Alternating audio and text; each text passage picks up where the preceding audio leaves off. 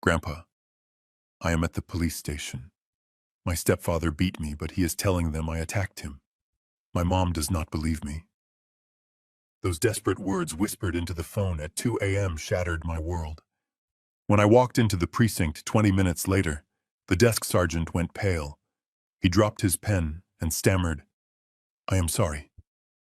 Captain Sullivan, I did not know he was your blood. He should have known. Because by the time I am done with them, they will wish they had never touched a hair on my grandson's head." Before I continue this story, please let me know where you are watching from in the comments below. Hit like and subscribe if you have ever had to stand up to a bully to protect the ones you love. The red digital clock on my nightstand read 2:13 a.m. when the landline rang. It was a shrill, violent sound in the dead silence of my cabin. I do not get social calls. At my age and with my past, a call at this hour only means one thing: trouble. I picked up the receiver, my hand steady. I heard a jagged intake of breath, then a voice so broken I almost didn't recognize it. "Grandpa, help me." It was Lucas, my 16-year-old grandson. He was sobbing, trying to keep his voice down. "Grandpa, please come." Derek beat me again. He threw me against the wall. "But the police are here. They are arresting me. They say I assaulted an officer. Mom is screaming at me. She says I am on drugs. I am not, Grandpa. I swear." I did not ask him if he was sure. I did not ask for details. I simply said, "Say nothing, Lucas. Do not sign anything. I am coming." I hung up and moved with the muscle memory of a man who spent 30 years hunting wolves in sheep's clothing. I pulled on my old Carhartt jacket, the one with the frayed collar, and slipped a small, high-fidelity digital recorder into the inside pocket. I checked the battery. Full. I grabbed the keys to my 2005 Ford F-150. It looks like a piece of junk to the neighbors, just like I look like a washed-up retiree. That is exactly how I like it. Underestimating me is the first mistake everyone makes. I drove through the sleet, my tires crunching on the black ice covering the roads of District 4. My hands gripped the steering wheel, knuckles white. I wasn't speeding. I wasn't panicking. I was calculating. Derek Lawson, my son-in-law. A police sergeant with a chest full of commendations and a smile that could sell ice to an Eskimo. To the world, he was a hero. To my daughter Rachel, he was a savior. But I had seen the way Lucas flinched when Derek raised a hand to scratch his nose. I had seen the bruises Rachel covered with heavy makeup. I had stayed silent too long, respecting my daughter's boundaries, hoping I was wrong. Tonight, that silence ended. I pulled into the precinct lot, parking my rusted truck next to the shiny patrol cars. I walked through the double doors, shaking the ice off my coat. The scene inside was a piece of theater directed by the devil himself.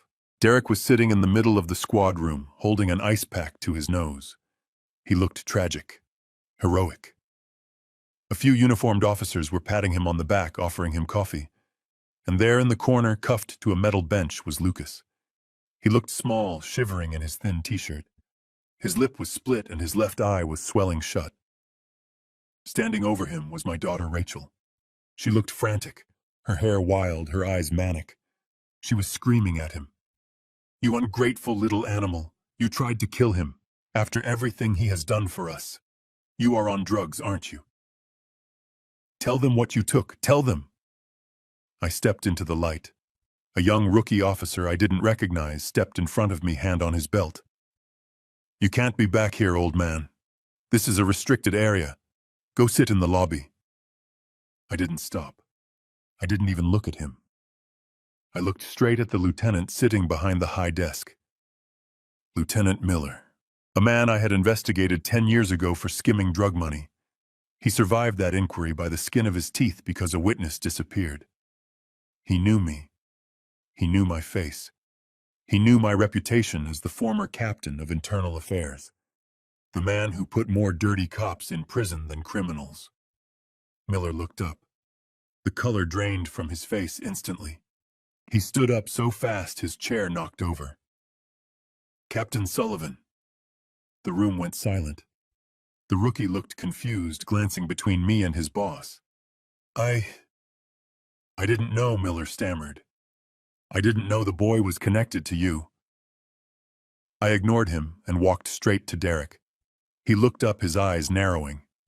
He didn't fear me yet. He was arrogant.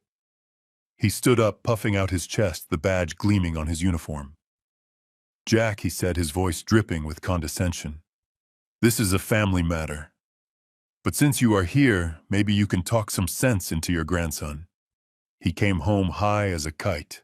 I tried to calm him down, and he sucker punched me. I have no choice. I have to press charges. Assault on a police officer. He is looking at juvenile detention, maybe worse. I looked at him. I looked at the ice pack. I looked at my grandson. Lucas was shaking his head, tears streaming down his face. No, Grandpa. He hit me because I found his phone. I didn't touch him. I curled up to protect myself, and his nose hit the doorframe when he tried to drag me out. Rachel rushed at me, grabbing my arm. Dad, don't you dare defend him. You always spoil him. Look at Derek. Look at his face, Lamusso. Lucas is out of control. He needs help. He needs to go away to a facility. Derek knows a place. I looked at my daughter. She was thin, too thin. Her eyes were darting around the room, terrified. She was parroting words that weren't hers. This wasn't my Sarah. This was a broken woman repeating a script. I gently but firmly removed her hand from my arm. I turned to Lieutenant Miller. Unlock him. Derek stepped forward. You have no authority here, Jack. You are retired. You are just a civilian. This boy is a danger to himself and others. I pulled out my phone and placed it on the desk. I dialed a number on speaker. It rang twice. A sleepy, gravelly voice answered. This better be good, Jack. It is Commissioner, I said. I am at the 4th Precinct. Sergeant Lawson claims my grandson assaulted him. Lawson has no visible injuries consistent with the punch, but he claims a broken nose. My grandson has defensive wounds on his arms and face. I am formally requesting a blood toxicology screen for the boy immediately. And Commissioner, I want the body cam footage from Sergeant Lawson's uniform pulled. Tonight. Derek went rigid. I saw the flicker of panic in his eyes. The body cam.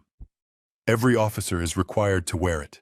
If he was on duty or if he intervened in a crime, it should be on. I wasn't wearing it, Derek stuttered. I was off duty. I was at home relaxing. Then it is just your word against his. I said, my voice low and cold. And since you are pressing charges as an officer, claiming assault on an officer's standard procedure dictates immediate drug testing for all parties involved to rule out influence. You know the protocol, Sergeant, unless you want to drop the charges right now. The room was deadly quiet. Derek stared at me. He knew. He knew that if he took a test, they might find the steroids he had been abusing for years, or maybe something else. He clenched his jaw. I am doing this for the family, Derek hissed. I don't want to ruin the kid's record. I will drop the charges, but he can't come back to my house. I won't feel safe. Fine, I said. I pointed at the rookie. Get the keys. Uncuff him. Now. The rookie fumbled with the keys and unlocked Lucas. My grandson collapsed into my arms, sobbing into my old coat. I held him tight, feeling his ribs.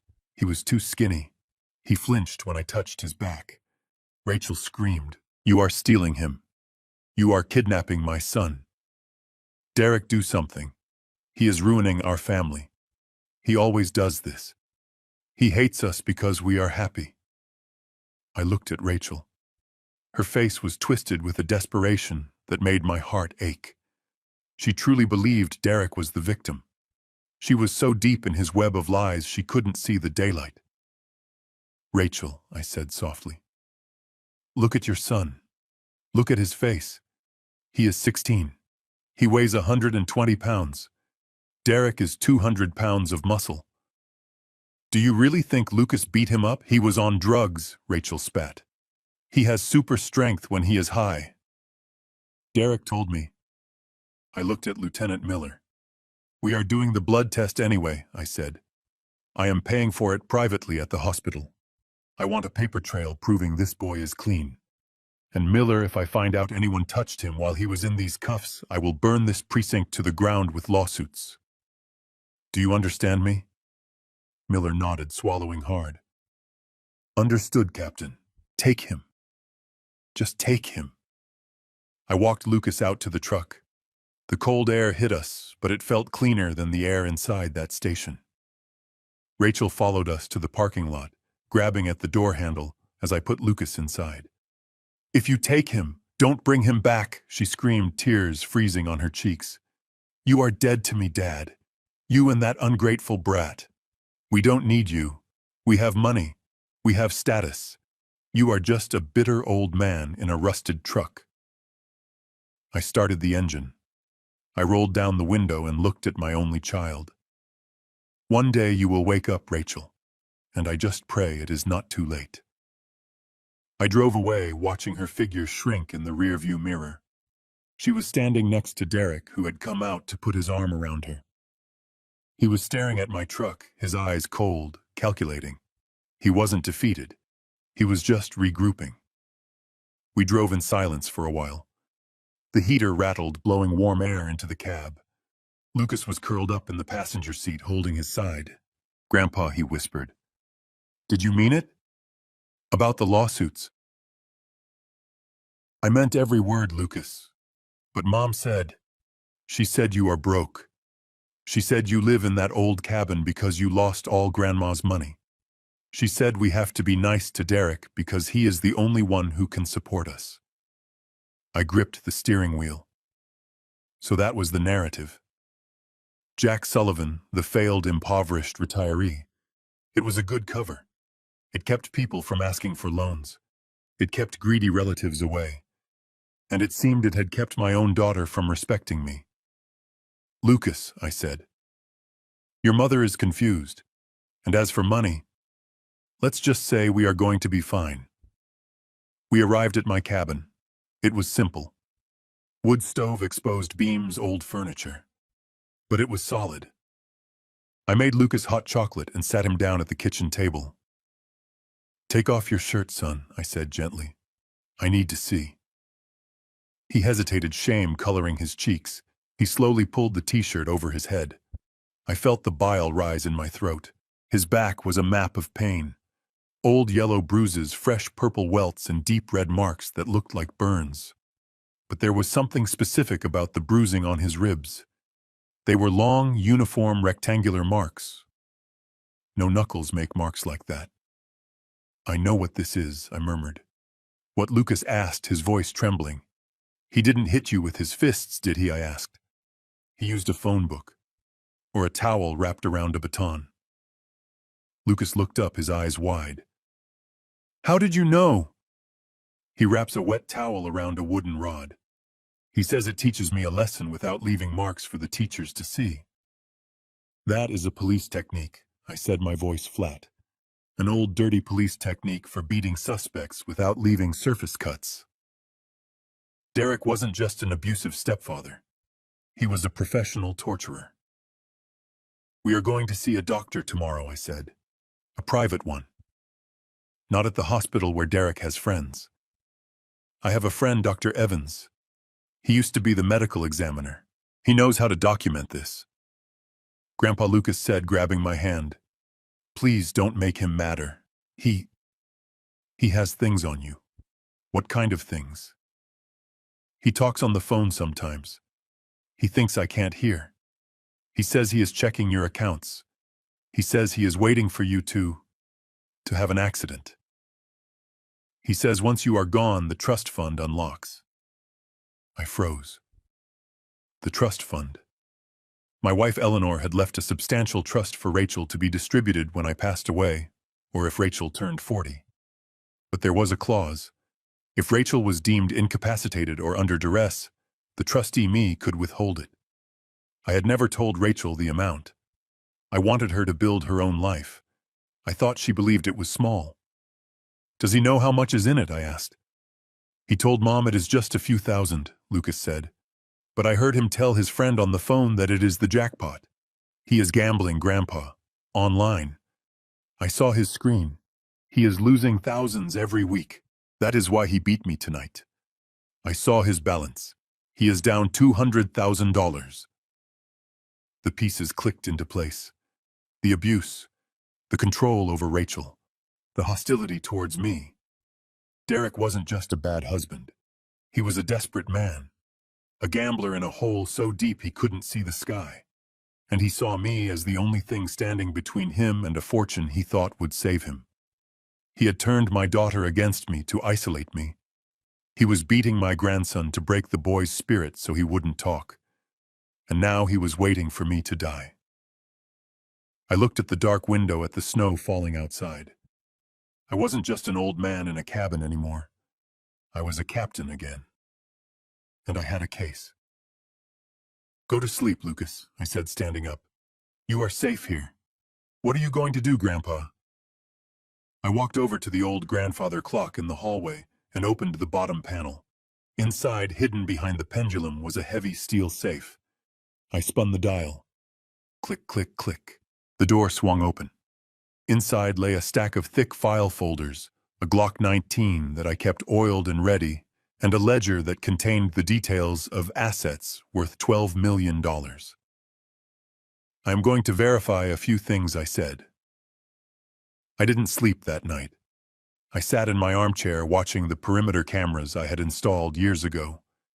People thought I was paranoid. Tonight, I called it prepared.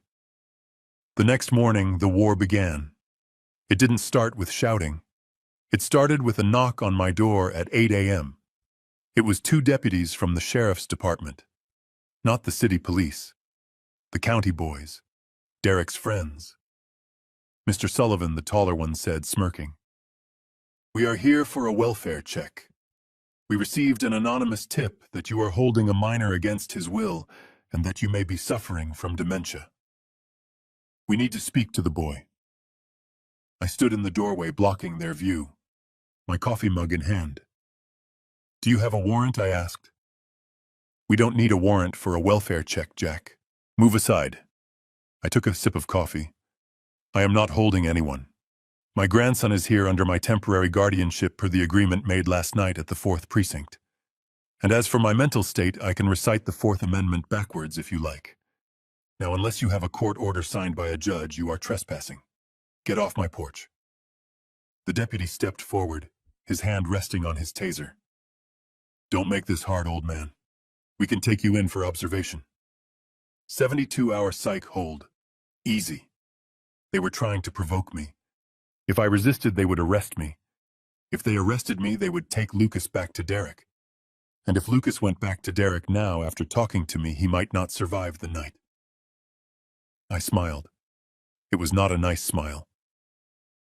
"Officer, look up." The deputy frowned.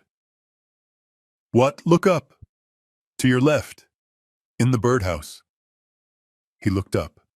He saw the glint of the lens. That is a 4K camera with audio recording streaming directly to a cloud server. I have been broadcasting this interaction live to my attorney's office for the last 2 minutes. Say hello to Edward Mercer. You know Ed, don't you? The shark who sued the department last year for $3 million? The deputy's face went slack. He took his hand off his taser. "You are bluffing." "Try me," I said. "Step across that threshold and see how fast your pension disappears." They backed down. They muttered curses, got in their cruiser, and sped off. But I knew this was just the first wave. Derek was using the system he knew to crush me. He thought I was a relic. He thought I was alone. I went back inside. Lucas was standing in the hallway, pale as a ghost. "They are going to come back, aren't they?" "Yes," I said. "But next time we will be the ones knocking." I grabbed my phone and dialed Edward. "Ed, it is time. I want to audit the trust fund, and Ed hire a private investigator. I want to know everything about Sergeant Derek Lawson, where he goes, who he talks to, and exactly how much money he owes." I hung up and looked at Lucas. "Get dressed, son. We have work to do. We are going to the bank." "To get money?" Lucas asked. No, I said, putting on my coat. To set a trap. We drove into town. I parked the truck in front of the First National Bank. This was where Rachel's trust was held.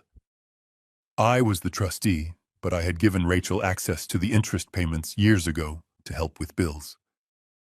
We walked into the manager's office. Mr. Henderson knew me. He greeted me with a nervous smile.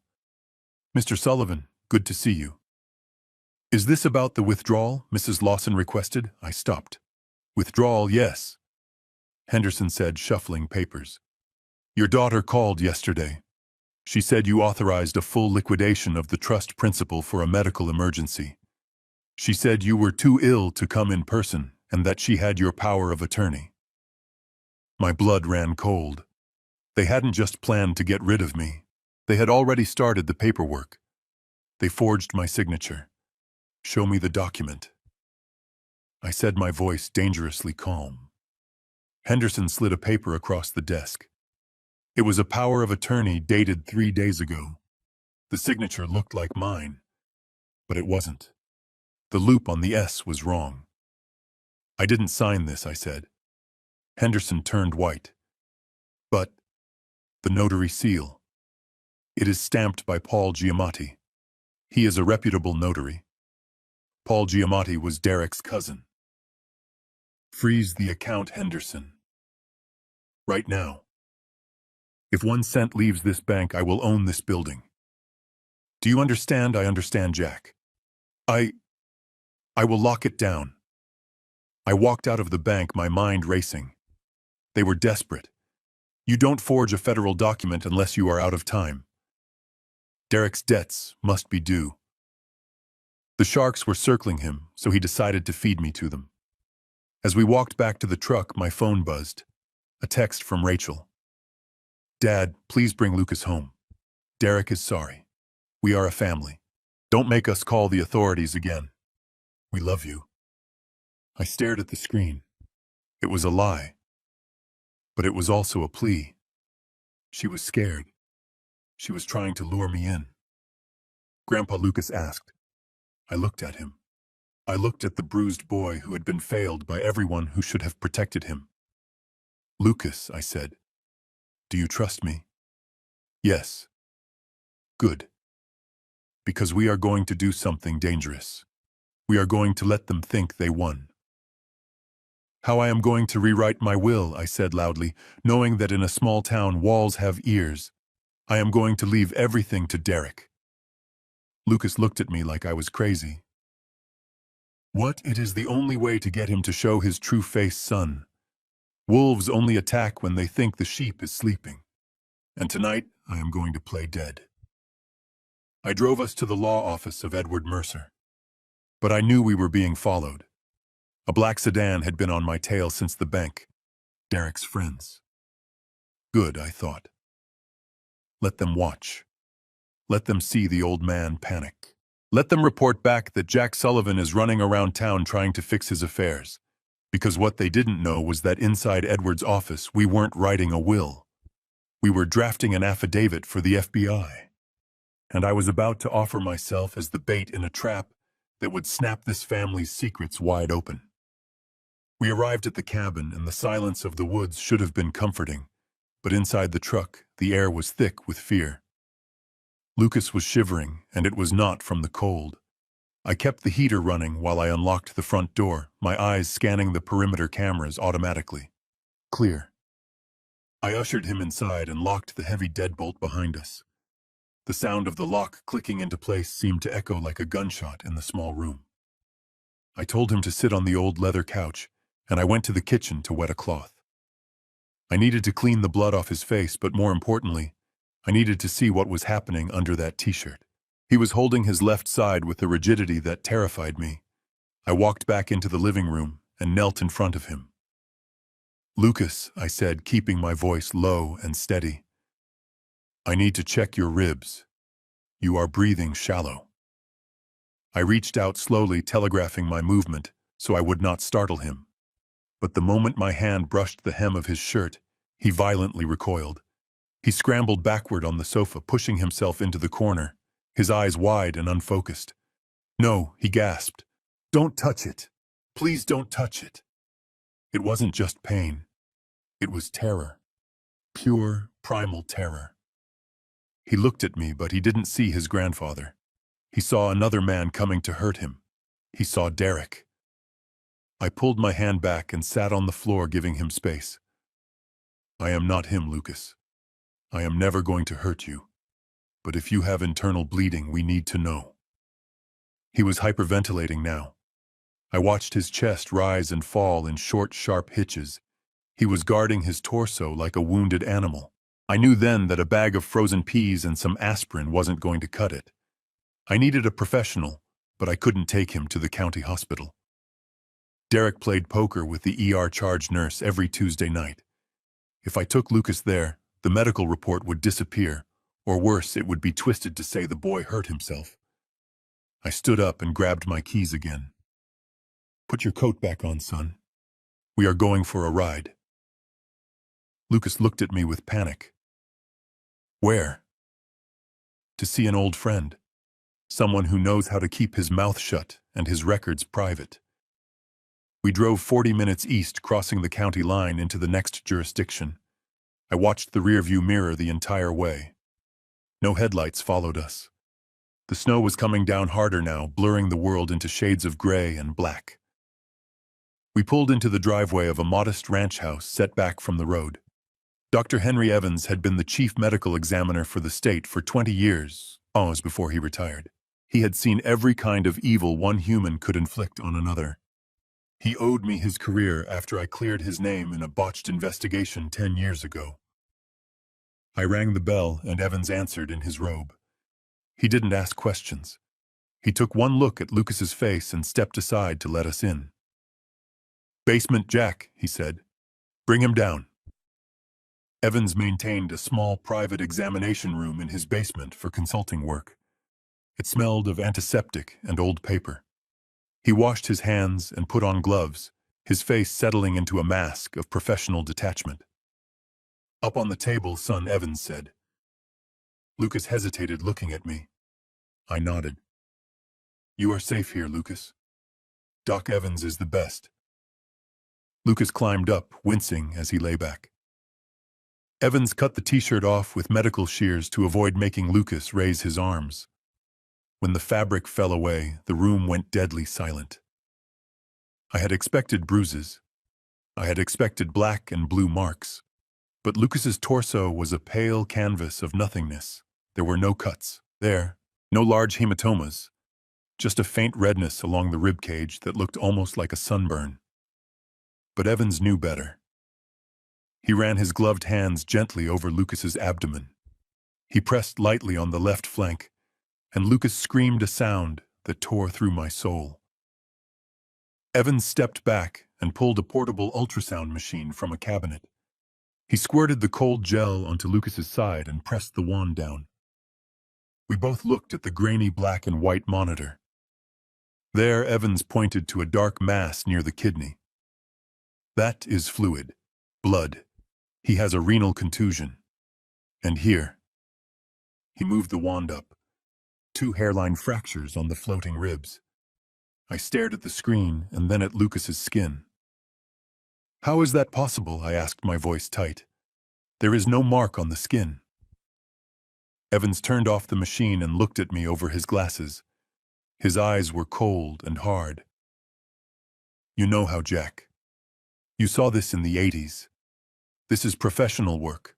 He walked over to a bookshelf and pulled out a thick, hard-bound medical dictionary.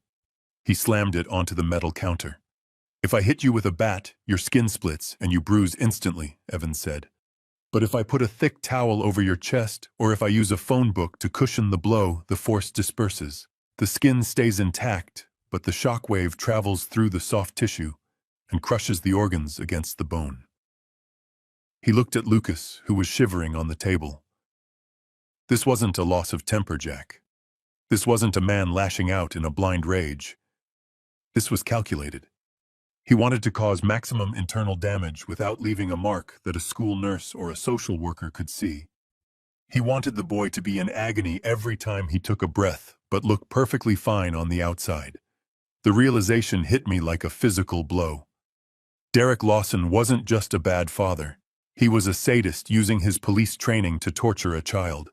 He knew exactly how hard to hit to hurt, but not kill.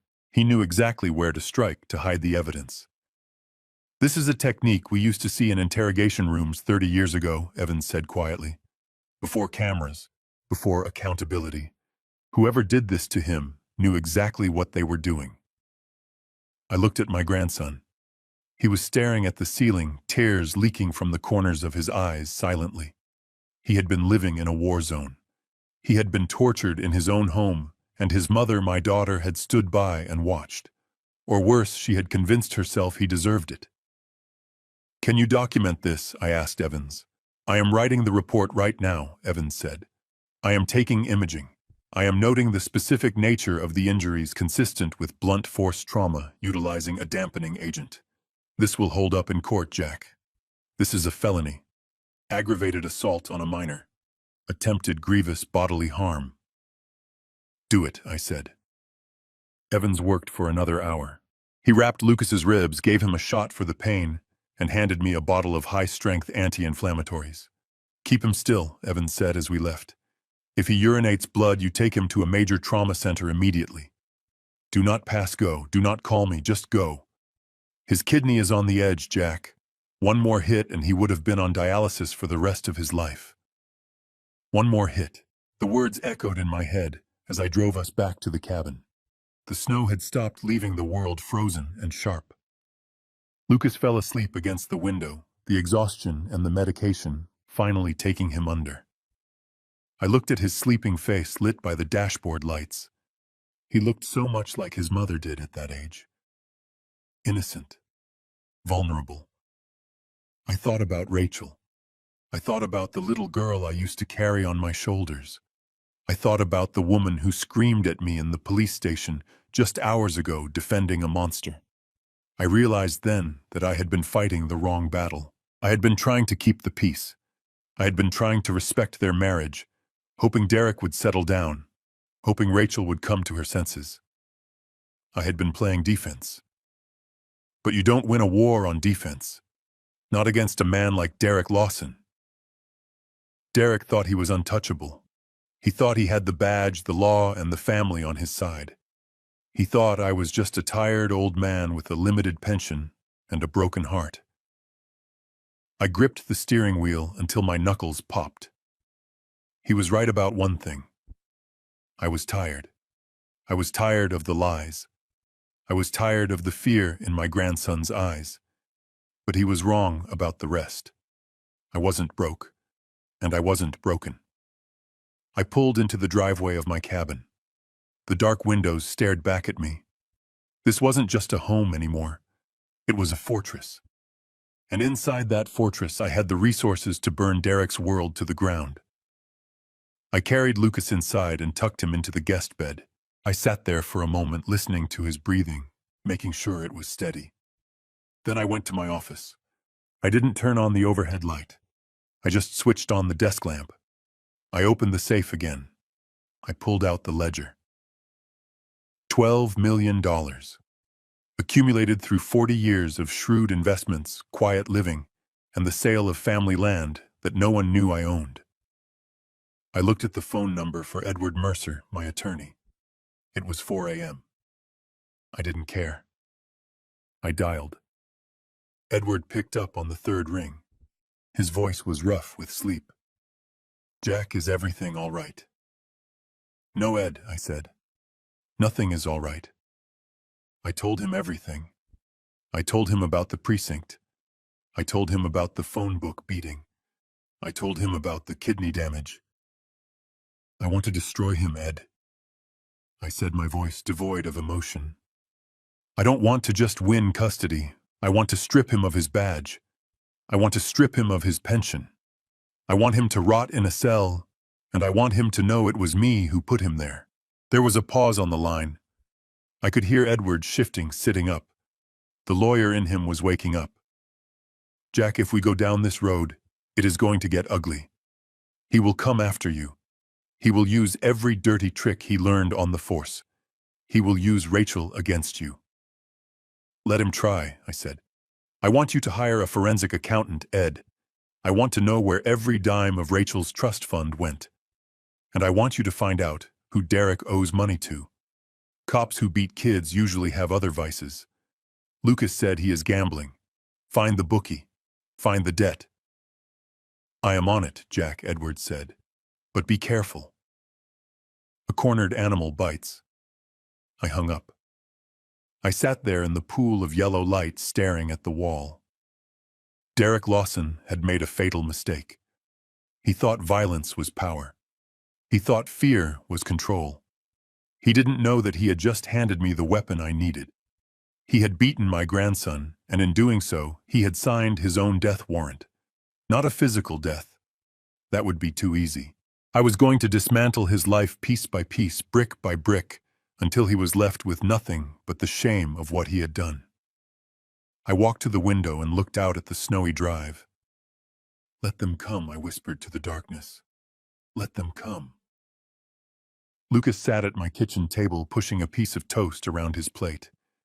The morning sun was trying to break through the gray clouds outside, but inside the cabin, the air felt heavy. He looked small in my oversized flannel shirt, his shoulders hunched, as if he were waiting for a blow that could come from any direction. I poured him a glass of orange juice and set it down. The clink of the glass against the wood made him jump. Grandpa, he said, his voice barely a whisper. We can't win this. I sat down opposite him. Why do you say that, son? Because of who he is, Lucas said, looking up at me with eyes that had seen too much. He is a sergeant. He knows the judges. He knows the other cops. He plays golf with the district attorney. Mom says, he hesitated, biting his lip. What does your mother say, Lucas? Tell me. She says you are just a bitter old man living in a shack.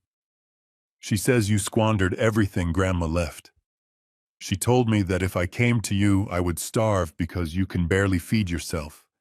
She said Derek is the only reason we have a roof over our heads. She says you are powerless, Grandpa, that you are nothing.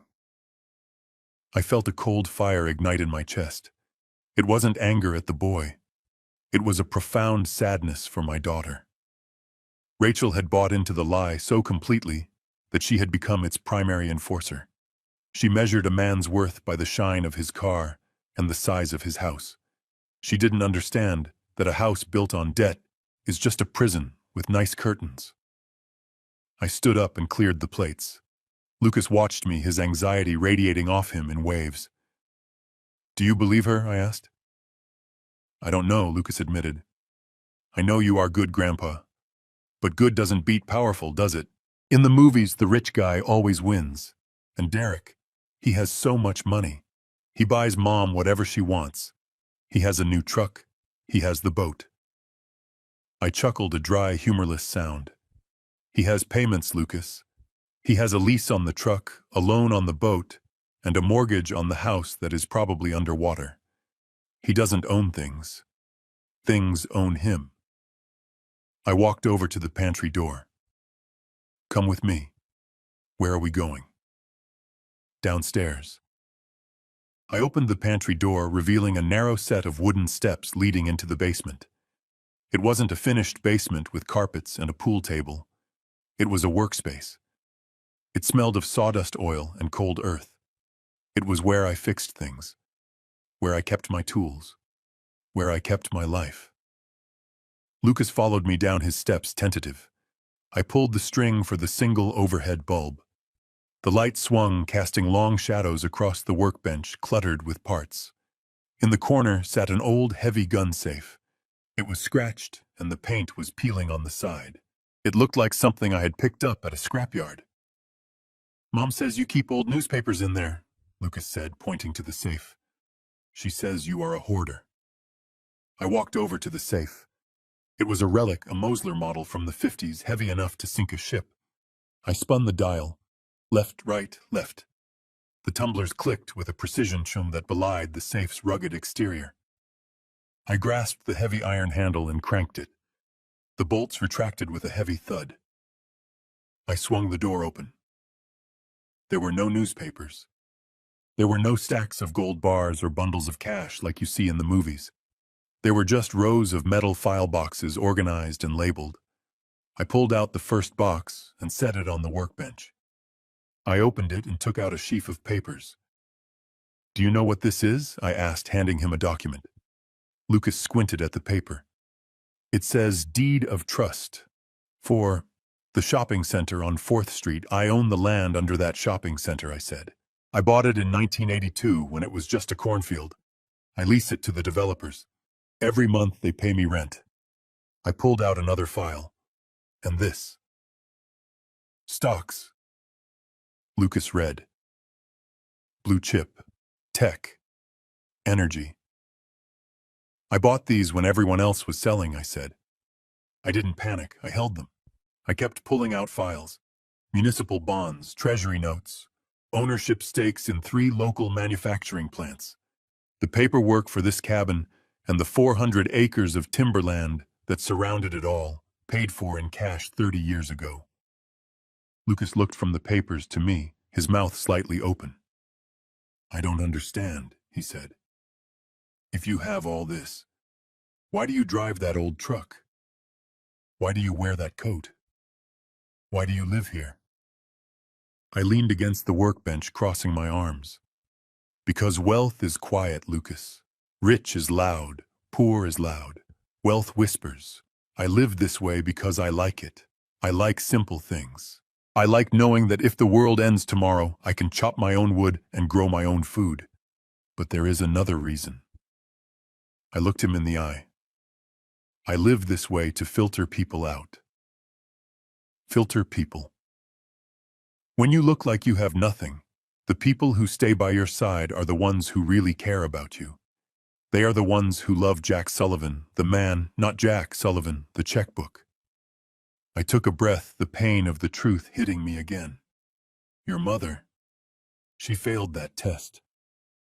When she turned 18, I told her I would pay for college, but she had to work for her spending money. She called me cheap. She met Derek and saw the flash, the badge, the leased cars, and she thought that was what success looked like. She chose the appearance of wealth over the reality of character. She looked at me and saw a failure because I didn't wear a Rolex." I gestured to the open safe. "This is $12 million in assets, Lucas. Liquid and fixed. I have 0 debt. I answer to no one. I could buy Derek's precinct and turn it into a parking lot if I wanted to." Lucas stared at the safe as if it were a portal to another dimension. 12 million.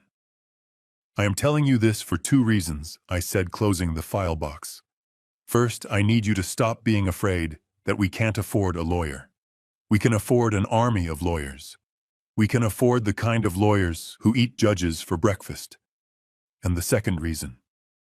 I put my hand on his shoulder. "Because you are the only one left who passed the test. You came to me when you were hurt. You didn't ask for money. You asked for safety. You trusted the old man in the cabin when everyone else told you he was worthless." Lucas looked down, tears welling in his eyes again. "I just wanted you, Grandpa." "I know, son, and that is why I am going to fight for you with everything I have." I closed the safe door and spun the dial, locking it tight. "We are going back upstairs," I said. "I have a phone call to make." We went back up to the kitchen. The atmosphere had changed. Lucas sat straighter. The fear was still there, but the hopelessness was gone.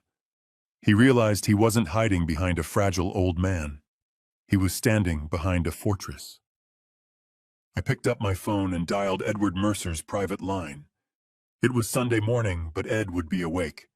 Ed was always awake. He answered on the first ring. "Jack, I got your message about the forensic accountant. I have a team ready to start Monday." "No, Ed," I said, my voice hard. "We aren't waiting for Monday, and we aren't just looking at Derek." "What do you mean?" "I want to initiate Operation Undermine." There was a silence on the line. Ed knew what that meant. We had discussed it years ago as a nuclear option if Rachel ever got into serious trouble. "Are you sure, Jack?" Ed asked, his voice dropping an octave. Once we pull that thread, the whole sweater unravels. If we audit the trust, we are going to find things. Things that might put your daughter in legal jeopardy if she was complicit. She forged my signature, Ed, I said, looking at Lucas. Or she let him do it. Either way, she crossed the line. They tried to steal from me while I was still alive. They tried to gaslight me into a grave. I want a full forensic audit of the Rachel Sullivan Trust. I want to know where every single cent went for the last 10 years. I want to know who signed the checks. I want to know which casinos cashed them. I paused, letting the anger fuel my focus. And Ed, I want you to freeze the assets, all of them. The house they live in, the accounts, the cars. If my name is on any of the original paperwork for that house mortgage, which I know it is because I co-signed 20 years ago, I want you to call the note due. You are going to make them homeless, Jack. No, I said. They made themselves homeless when they decided to bite the hand that was feeding them. I am just closing the restaurant. Do it, Ed. Torch it. I hung up the phone. I felt a grim satisfaction. Derek Lawson thought he was playing a game of checkers with a senile old man. He didn't know he had just sat down at a chessboard with the grandmaster, who owned the board, the pieces, and the building the game was being played in. I looked at Lucas. Go pack a bag, son. We might be here a while. But what if they come back? Lucas asked, looking at the door. Let them come, I said, pouring myself another cup of coffee.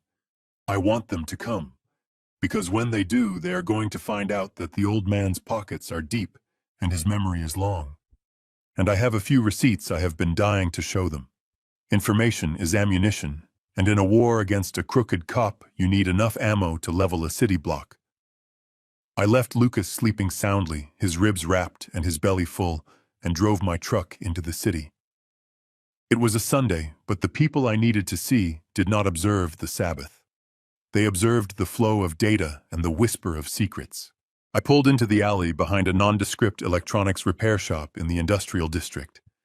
The sign out front said closed, but the back door was unlocked. I stepped inside, the air thick with the smell of soldering iron and ozone. A man was hunched over a workbench surrounded by monitors.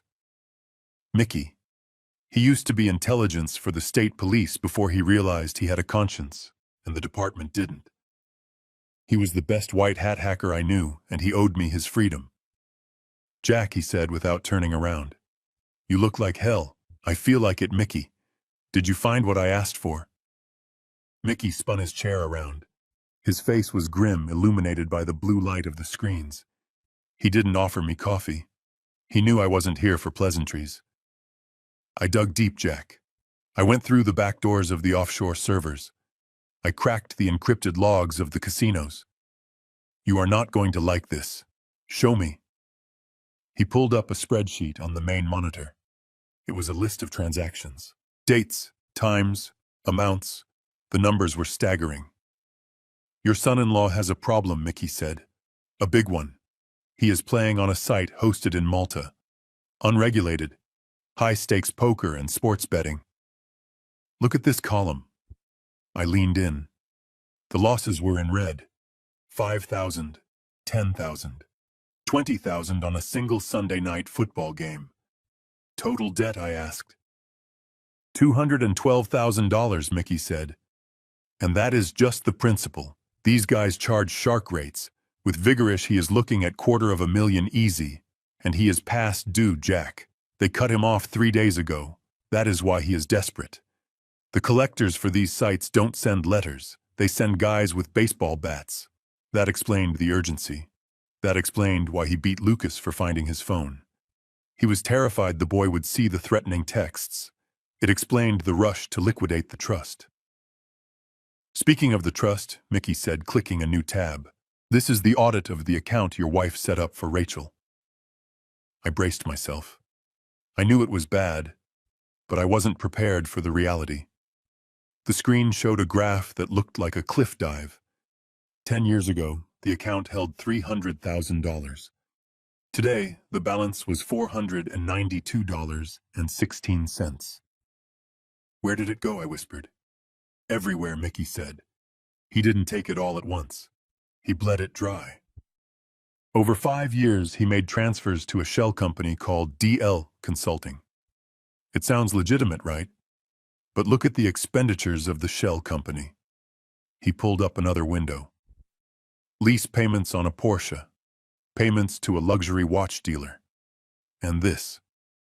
He pointed to a recurring monthly payment of $3,000. It was labeled A Rent, Unit 4B. They own their house, I said. Why is he paying rent? He isn't paying for his house, Mickey said. He is paying for an apartment in the North End, the trendy district. I stared at the screen. The North End was 40 minutes from where Rachel and Derek lived. It was expensive, flashy. Who lives there, Mickey? Mickey hesitated. He looked at me with genuine pity. I pulled the security feeds from the building lobby jack. He tapped a key. A grainy video played. It showed Derek walking into a glass-walled lobby. He wasn't wearing his uniform. He was wearing a suit I had never seen. He walked to the elevator, and a woman met him.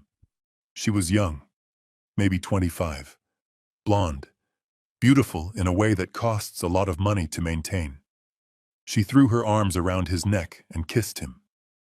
Derek smiled a smile I hadn't seen him give my daughter in years. He put his hand on her stomach. She was visibly pregnant. I felt the room spin. A mistress. A second life. A baby on the way. He is starting over, I realized aloud. He isn't trying to save his marriage with Rachel. He is trying to cash out. He wants the trust fund and my assets so he can pay off his debts and run away with her. He is playing a dangerous game, Jack Mickey said. He is robbing Peter to pay Paul, but Paul is a mobster and Peter is his wife. This girl Tina, she thinks he is a wealthy real estate developer. I checked her social media. She is posting photos of baby clothes and talking about their future in the Cayman Islands. He is planning to leave the country, I said. Looks like it. Mickey agreed. But he needs the cash first. He needs your money, Jack. Without it, he is a dead man walking. The bookies will kill him if he tries to run without paying. I stood up, the cold fury settling in my gut, like lead. Print it, I said. All of it. Every bet, every transfer, every frame of that video. Mickey handed me a thick manila envelope. It was heavy. It felt like holding a bomb. Jack, one more thing, Mickey said as I turned to leave. Be careful. I am seeing chatter on the local forums.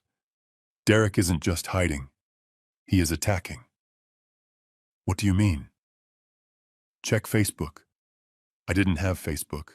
I barely used email. But Mickey pulled it up on his screen. There on the community page for our town was a post from Sergeant Derek Lawson. It had been up for 3 hours. It already had 400 likes and hundreds of comments. It was a photo of Derek looking sad and bruised, the ice pack on his nose. Next to it was a photo of me taken years ago, where I looked particularly disheveled. Friends and neighbors, the post read. It breaks my heart to share this family tragedy. My father-in-law, Jack Sullivan, is suffering from a rapid cognitive decline. His dementia has made him paranoid and violent. Last night, in a fit of confusion, he assaulted me and kidnapped my stepson Lucas.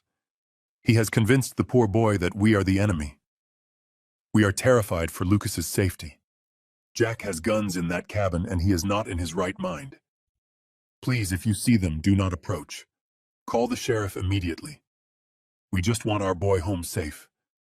Please pray for us. I read the comments. Oh my God, Derek, I am so sorry. Derek, I always knew that old man was crazy. He lives like a hermit. I bet he is dangerous. Sending prayers. Stay strong, Sergeant. He was gaslighting the entire town. He was painting me as a senile monster and himself as the suffering hero. He was preparing the battlefield. If something happened to me now, if the police stormed my house and shot me, everyone would say it was a tragedy, but necessary. They would say the crazy old man finally snapped. He is good, I said quietly. He is desperate, Mickey corrected, and that makes him sloppy. He posted this from his phone. The geotag shows he wasn't at the station or at home when he wrote it. Where was he? He was at the apartment in the North End, with Tina. I took the envelope. Thank you, Mickey. Wipe your logs. I drove back to the cabin, my mind racing. The landscape had changed. I wasn't just fighting a custody battle anymore. I was fighting a public relations war against a man who owned the narrative. My phone started buzzing in my pocket. I ignored it. Then it buzzed again. And again. I pulled over and looked at the screen. It was Mrs. Higgins, the nice lady who ran the bakery. Jack, please bring Lucas back. We are all worried about you. It is no shame to get help for your memory. Then a text from my old deputy. Jack, I saw the post. Don't do anything stupid. Let the boy go. I threw the phone onto the passenger seat. He had turned them all. 40 years of living in this community, and one Facebook post had erased it all. That is the power of the badge and a good lie. I pulled into my long driveway. The sun was setting, casting long shadows across the snow. I saw tire tracks near my gate that weren't mine. Someone had been here, watching. I walked into the cabin. Lucas was sitting on the floor building a house of cards. He looked up, his eyes fearful. Did you see it, Grandpa? He asked. See what? The internet. My friends are texting me. They say you kidnapped me. They say you are crazy. I knelt down beside him. Lucas, look at me. Do I look crazy to you? No. Do I look like I forgot who I am? No. Then it doesn't matter what they say. The truth is in this envelope. I placed the heavy packet on the table. This is his coffin, Lucas. Everything is in here. The gambling, the theft, the other woman. Lucas's eyes went wide. Other woman, he has a secret life son. He has a baby on the way with another woman. He isn't trying to get you back because he loves you. He is trying to get you back because he needs control of the money to run away with her. Lucas looked at the envelope as if it were radioactive. He is leaving Mom. He is planning to. He has drained her accounts. He has stolen her future. Tears welled up in the boy's eyes. She defended him, Grandpa. She screamed at me for him, and he is stealing from her. She doesn't know, Lucas. She is a victim, too. A blind victim, but a victim. Suddenly, the house phone rang. I let it go to voicemail. Jack, this is Sheriff Miller. The voice boomed through the quiet room. We have a court order for an emergency welfare check based on credible reports of mental instability. We are coming out. Open the gate or we will breach it. I looked at the clock. It was 6 p.m. Darkness had fallen. They weren't coming to talk. They were coming to take Lucas. And if they took him, Derek would make sure he never spoke again. And me. I would be taken to a psych ward heavily sedated, and by the time I woke up, Derek would be in the Caymans. I grabbed the envelope and shoved it into my safe. Get your shoes, Lucas. Are we running? He asked. No, I said, moving to the gun cabinet. We are digging in. I grabbed a heavy chain and padlock from the mudroom.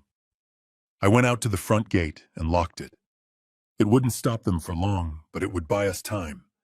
I went back inside and pulled the blinds.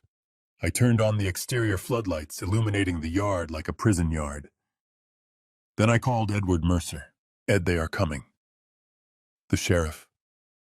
Jack, listen to me, Ed said, his voice urgent. I saw the post. It is a nightmare. I am filing an injunction, but the courts are closed. You have to hold them off. Do not let them take the boy. If he leaves your custody, we lose our leverage. I am not opening the door, Ed, but you need to get that PI to the North End. I need photos of Derek with the mistress. Tonight. I need physical proof to show Rachel. Why Rachel? Because she is the weak link, Ed. If I show this to the judge, he might deliberate. If I show this to the town, they might gossip. But if I show Rachel that her husband has a pregnant girlfriend, paid for with her mother's money, she will turn. And when she turns, Derek's shield disappears. I hung up. I looked at the monitors. A cruiser was pulling up to the gate. Then another. And a third. Derek wasn't with them. He was too smart for that. He was letting his buddies do the dirty work while he played the grieving father at home. The sheriff got out. He had a bullhorn. "Jack Sullivan, this is the sheriff. Come out with your hands up." I looked at Lucas. He was trembling. "Go to the basement, son. Lock the door from the inside. Do not open it unless you hear my voice or Ed's voice." "What are you going to do, Grandpa?" I sat in my armchair facing the door. I put the digital recorder on the table. I didn't pick up a gun. I picked up a microphone connected to the PA system I had installed for emergencies. I flipped the switch. My voice boomed out over the yard louder than their bullhorn. "Sheriff Miller, you are trespassing on private property. I am of sound mind and body. My attorney is filing a federal injunction against your department for harassment as we speak. If you breach that gate, you are violating my civil rights, and I will own your badge."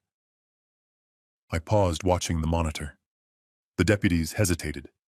They looked at the sheriff. They knew my reputation. They knew I didn't make idle threats. "Turn around, Miller," I said, my voice cold as ice. "Go ask Sergeant Lawson about the apartment in the North End. Ask him about the 200 grand he owes to the Albanian mob. Ask him before you ruin your career for a dirty cop." On the screen, I saw the sheriff stiffen. He lowered the bullhorn. He said something to his men. They looked confused. I had planted the seed of doubt. It wouldn't stop them forever. But it stopped them for tonight. They got back in their cars and backed away. They would be back with a warrant, but that would take hours, maybe a day. I slumped in my chair. We had survived the skirmish, but the war was just getting started. And I knew Derek's next move wouldn't be legal. He was desperate. He was exposed. He was going to come for me himself. And he wasn't going to bring handcuffs. He was going to bring fire. The siege began 20 minutes after the sheriff left. They didn't try to breach the gate again. They didn't need to. They knew that sleep deprivation was a weapon more effective than a battering ram. At 11 p.m., a cruiser parked just outside my property line facing the cabin. They turned on the takedown lights, those high-intensity white beams used to blind suspects during traffic stops. The light cut through the gaps in my blinds, painting stripes of brilliant white across the living room floor. Then came the noise. Every 30 minutes, like clockwork, they hit the siren. Just a chirp. Whoop, whoop. It wasn't enough to sustain a noise complaint, but it was enough to jar you out of a doze. It was a reminder. We are here. We are watching. You are trapped. Lucas was huddled on the floor of the hallway, away from the windows. He had his hands over his ears. "Grandpa, make them stop," he whispered. I sat in my armchair watching the monitors. I wasn't angry. Anger clouds judgment. I was clinical. I was observing a masterclass in harassment, a tactic we used to call shaking the tree. You annoy the target until they make a mistake, until they come out screaming with a baseball bat, giving you the justification to put a bullet in them. I poured a cup of coffee and walked over to Lucas. "Put these on, son." I handed him a pair of noise-canceling shooting earmuffs I used at the range. He slipped them on and his shoulders relaxed slightly. "Go to sleep, Lucas. I have the watch." I went back to my desk. The computer screen hummed. The feed from the birdhouse camera was crystal clear. I could see the two deputies in the cruiser. They were laughing. One of them, a young guy named Kincaid, was eating a sandwich, dropping the wrapper out the window onto my grass. Littering. I made a note of the timestamp. 11:42 p.m. At 2 a.m. they escalated. A second car arrived. They got out and stood by the gate, shining flashlights at the house.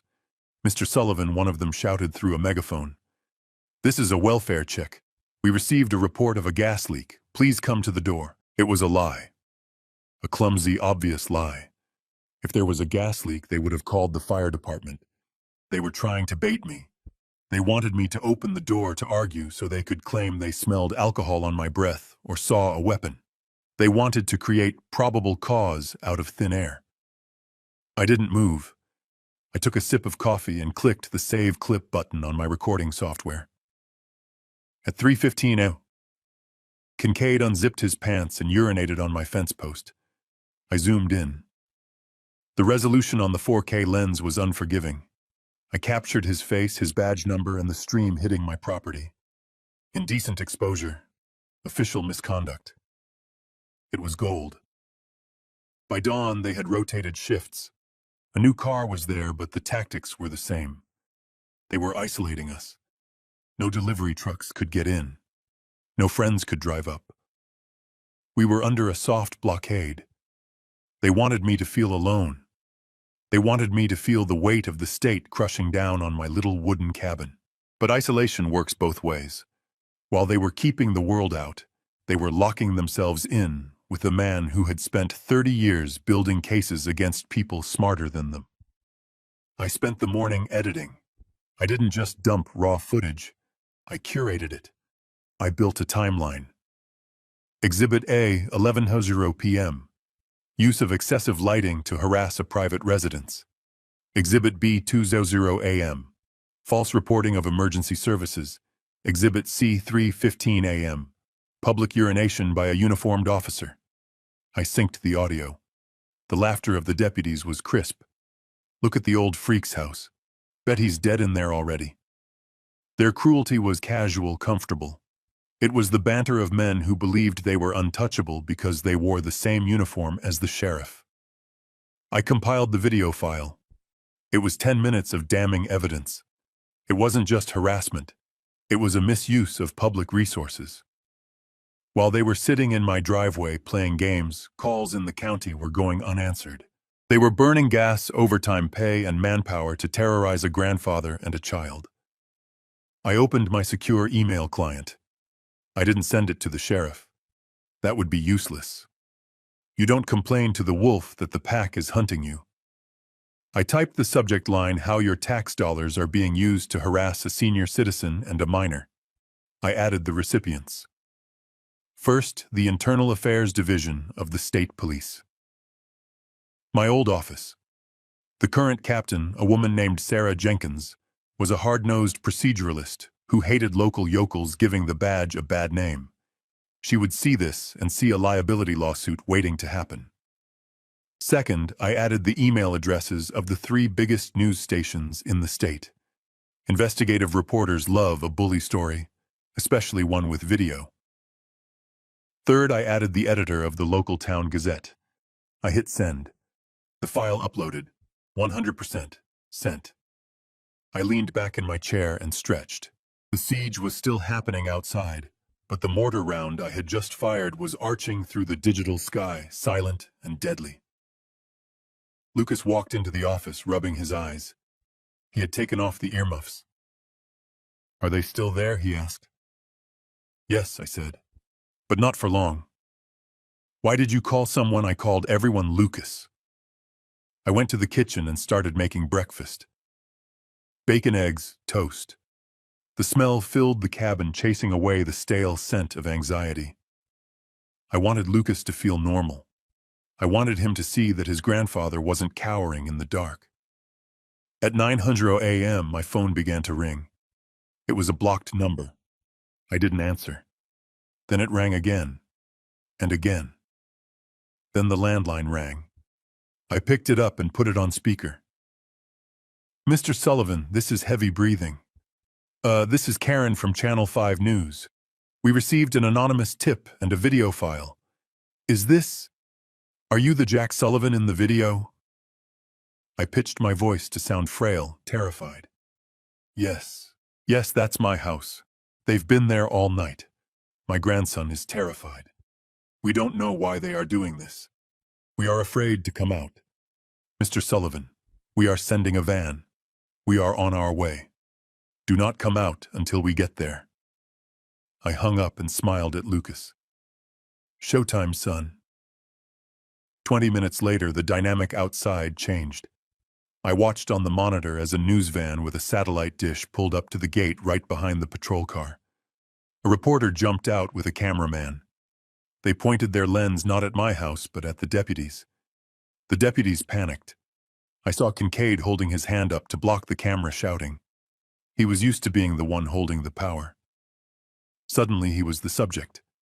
He got back in his cruiser and rolled up the window. Then a black sedan pulled up. State plates. 2 men in suits got out. Internal affairs.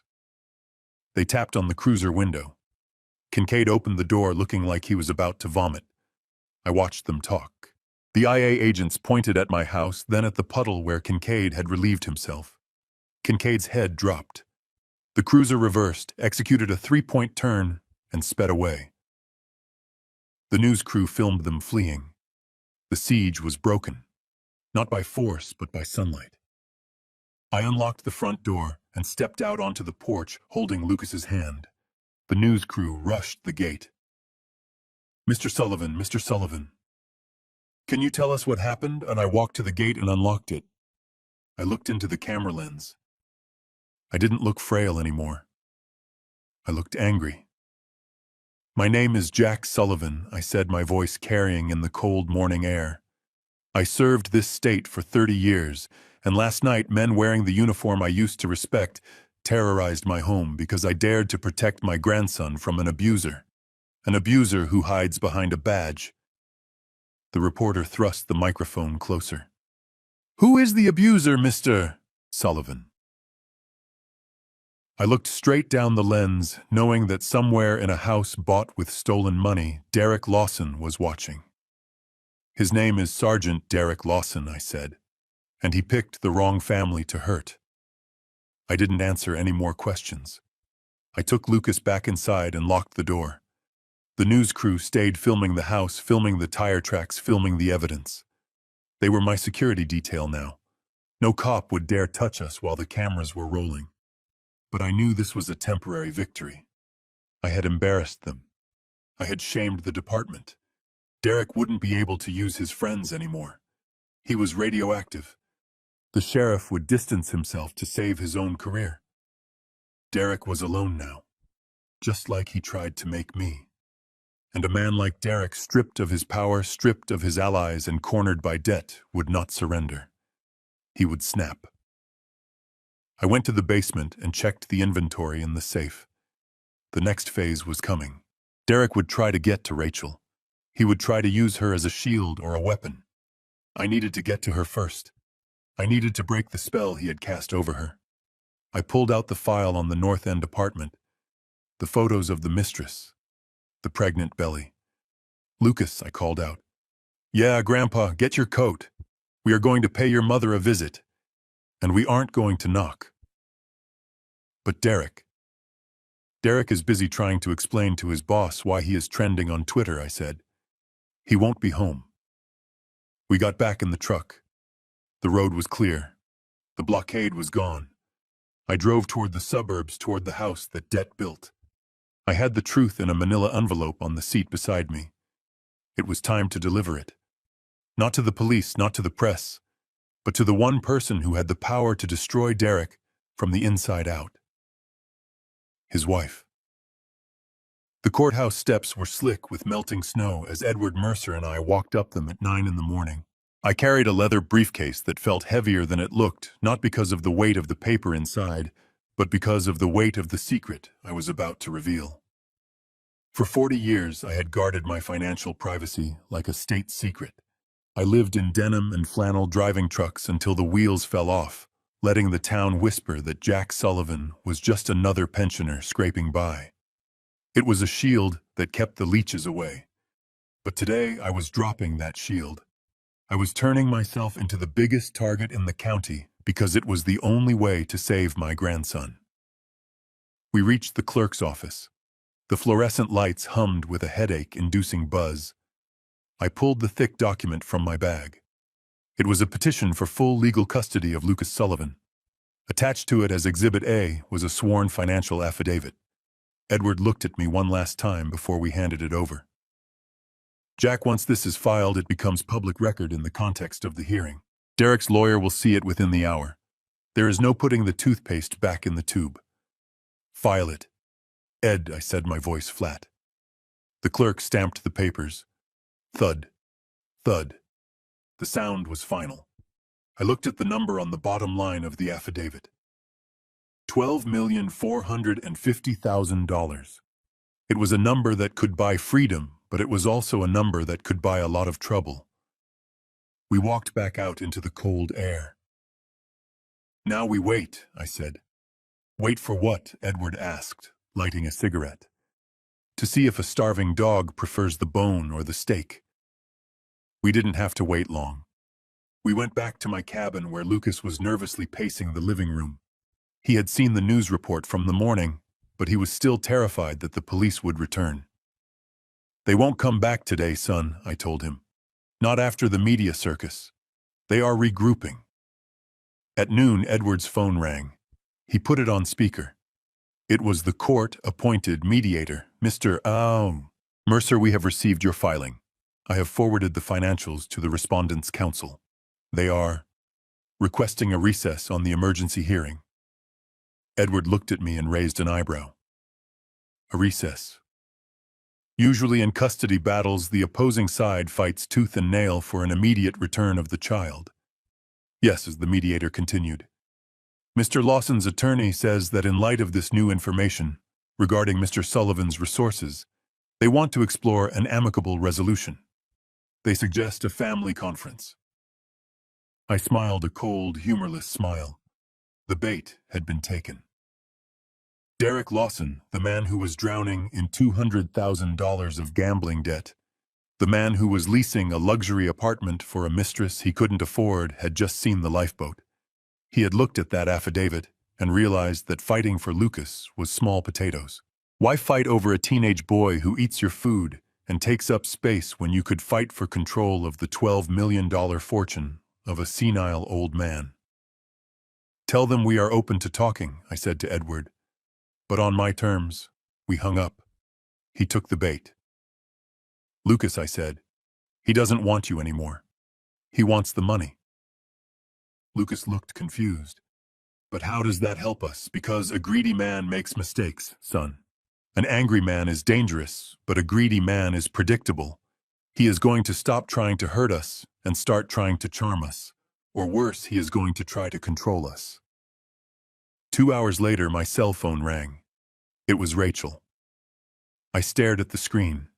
A picture of her from 5 years ago, smiling at a beach picnic, flashed at me. It felt like looking at a ghost. I answered, Dad. Her voice was small, trembling. It sounded like the little girl who used to wake up from nightmares and call for me. I am here, Rachel. Dad. I don't know what to say. Derek showed me the papers, the court papers. I remained silent. I needed to hear the script. I needed to hear exactly what he had told her to say. Dad. You have millions, she whispered the word like it was a curse. Why didn't you tell us? We have been struggling so hard. Derek works double shifts. I clip coupons. And you were sitting on a fortune. I didn't hoard it. Rachel, I said, keeping my voice steady. I saved it. For the family. For the future. There was a pause. I could hear breathing on the other end. Shallow, rapid breathing. Then the tone changed. It shifted from accusation to sorrow. Dad, I am so sorry about yesterday. At the police station. I was so scared. Derek was hurt, and Lucas was screaming, and I didn't know what to do. I haven't been sleeping well. I closed my eyes. I knew this wasn't her. This was survival.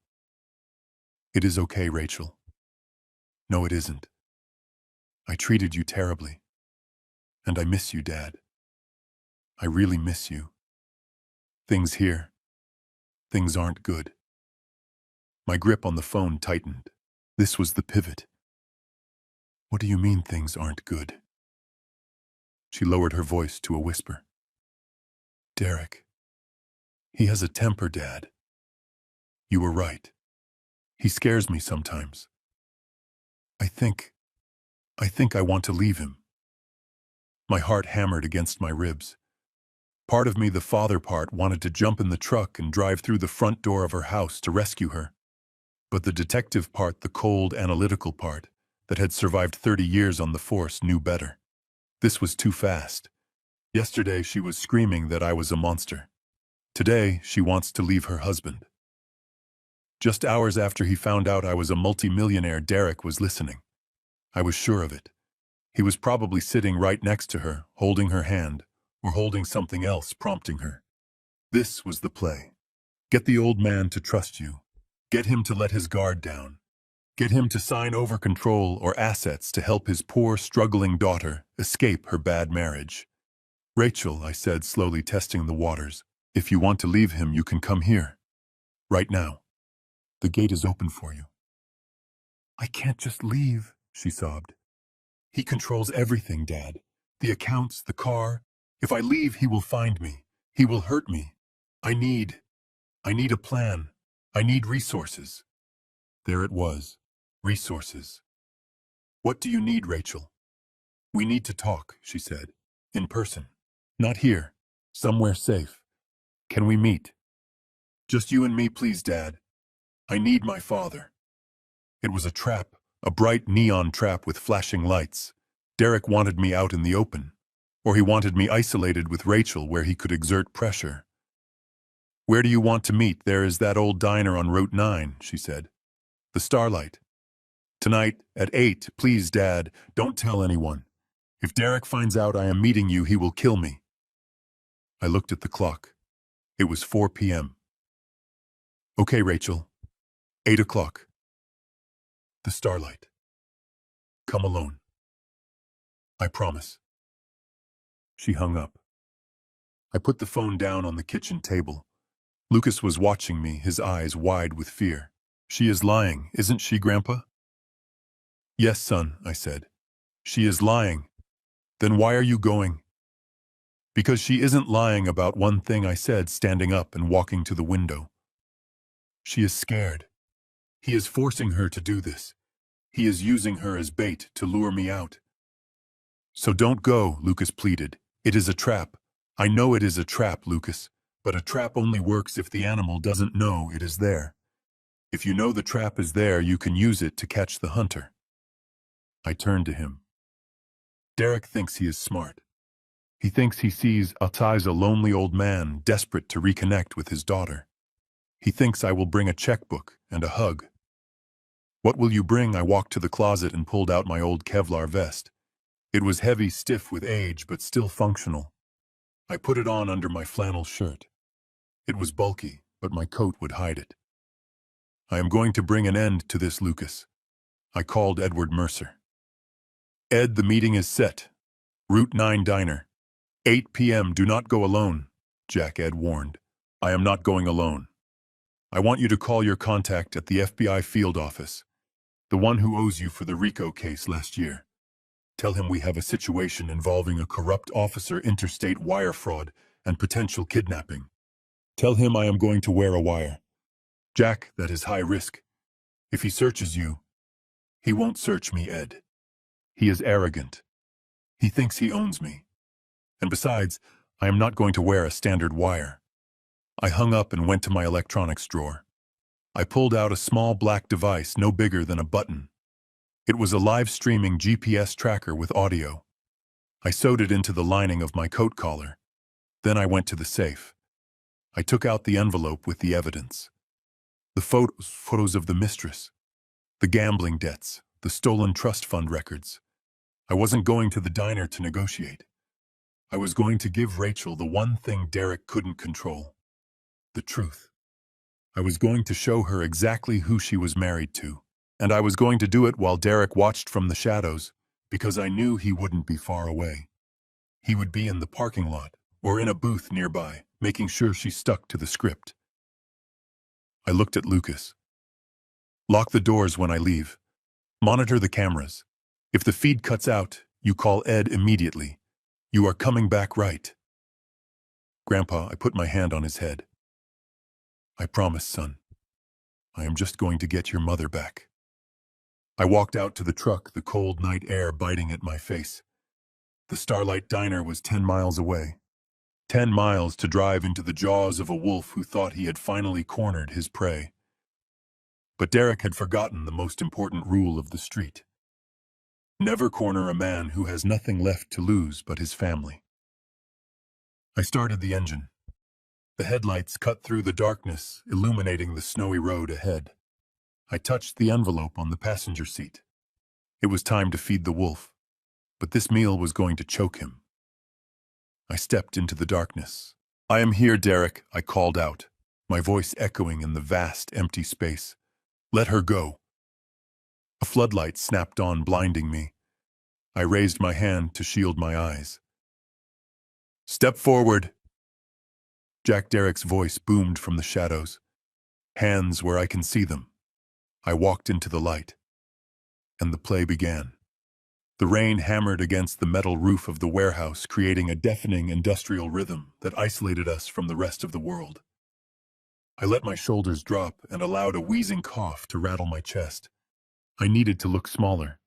I needed to look like a man whose time had run out. I leaned heavily on the folding table, my hand trembling as I reached for the water bottle Derek had left there. "You look pathetic, Jack." Derek sneered, his gun still trained on my forehead.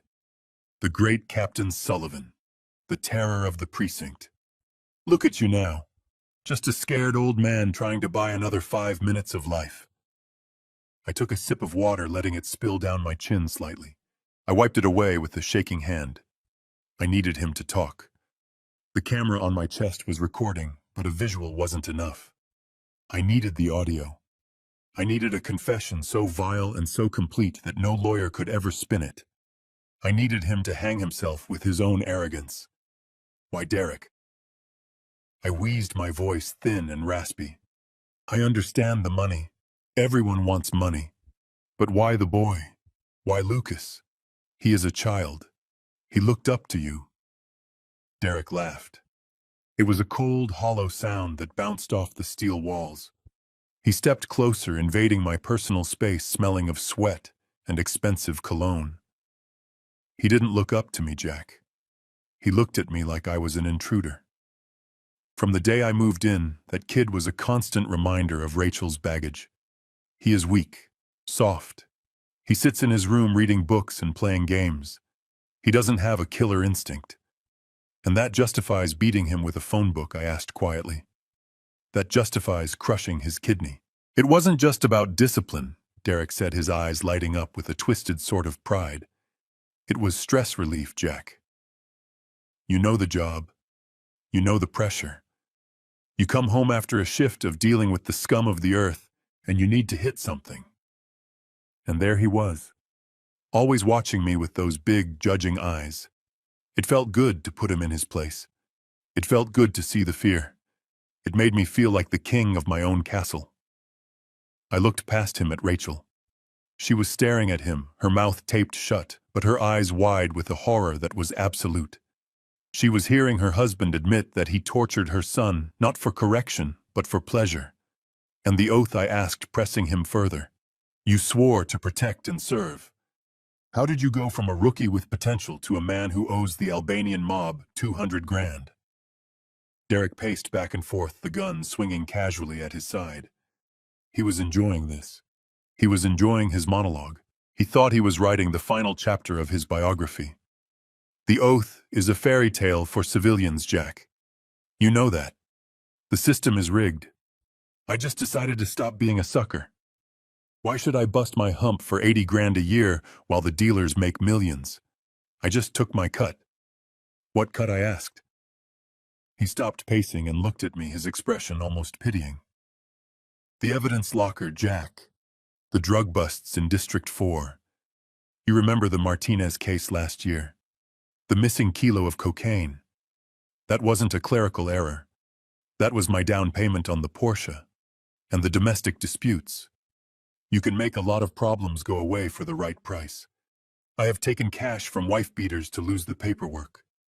I have taken jewelry from crime scenes. I am a businessman, Jack. I just wear a badge to minimize the overhead. I glanced at Officers Griggs and Miller standing in the shadows. They shifted uncomfortably. Even for dirty cops, this was brazen. Derek was admitting to felonies that carried 20-year sentences. And Rachel, I asked, bringing the focus back to the woman tied to the chair. Did you ever love her? Or was she just a mark? Derek looked at his wife. He didn't look at her with love. He didn't even look at her with hate. He looked at her with the same indifference one might look at a broken toaster. Rachel, he sighed. Rachel is a project that failed. I picked her because she was malleable. She was desperate for a hero. She was easy to mold. I thought she came with a trust fund. I thought she was my ticket to the easy life. But she is exhausting, Jack. She is so needy, always asking where I have been, always crying about her feelings. He walked over to her and tilted her chin up with the barrel of his gun. She flinched, tears streaming down her bruised cheeks. I hated coming home to you, he whispered to her, his voice intimate and cruel. Every time you opened your mouth, I wanted to scream. That is why I got the apartment in the North End. That is why I found Tina. She doesn't ask questions. She just appreciates the lifestyle I provide. She is young. She is fun. You are just an anchor. He turned back to me, his face hardening. And that is why you have to die, Jack. Because you are the chain that holds the anchor. Once you are gone, I get the money, I pay off the debts, and I disappear. Rachel will grieve for a while, and then she will have a tragic accident. A mix of pills and wine, maybe. Grief is a killer. And then I am free. I let out a long, shuddering breath. It wasn't acting this time. The pure evil of his plan, the casual way he discussed murdering my daughter, was suffocating. You plan to kill her, I stated flatly. It wasn't a question. It was a clarification for the record. Only if necessary, Derek said, shrugging. But let's be honest, Jack. She isn't going to survive without you. She is weak. She can't function on her own. I am doing her a favor, really, putting her out of her misery. I straightened up. I stopped coughing. I looked at Rachel. She had stopped crying.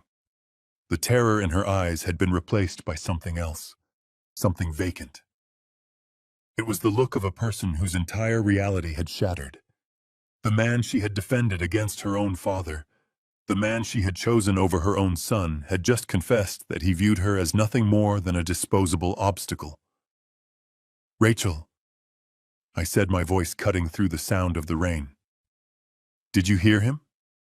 She looked at me. She nodded slowly. Did you hear him say he beats Lucas for fun? I asked. Did you hear him say he steals from the evidence locker? Did you hear him say he plans to kill you? Derek laughed. She hears you, Jack, but she doesn't believe you. She is programmed. She knows who provides for her. I ignored him.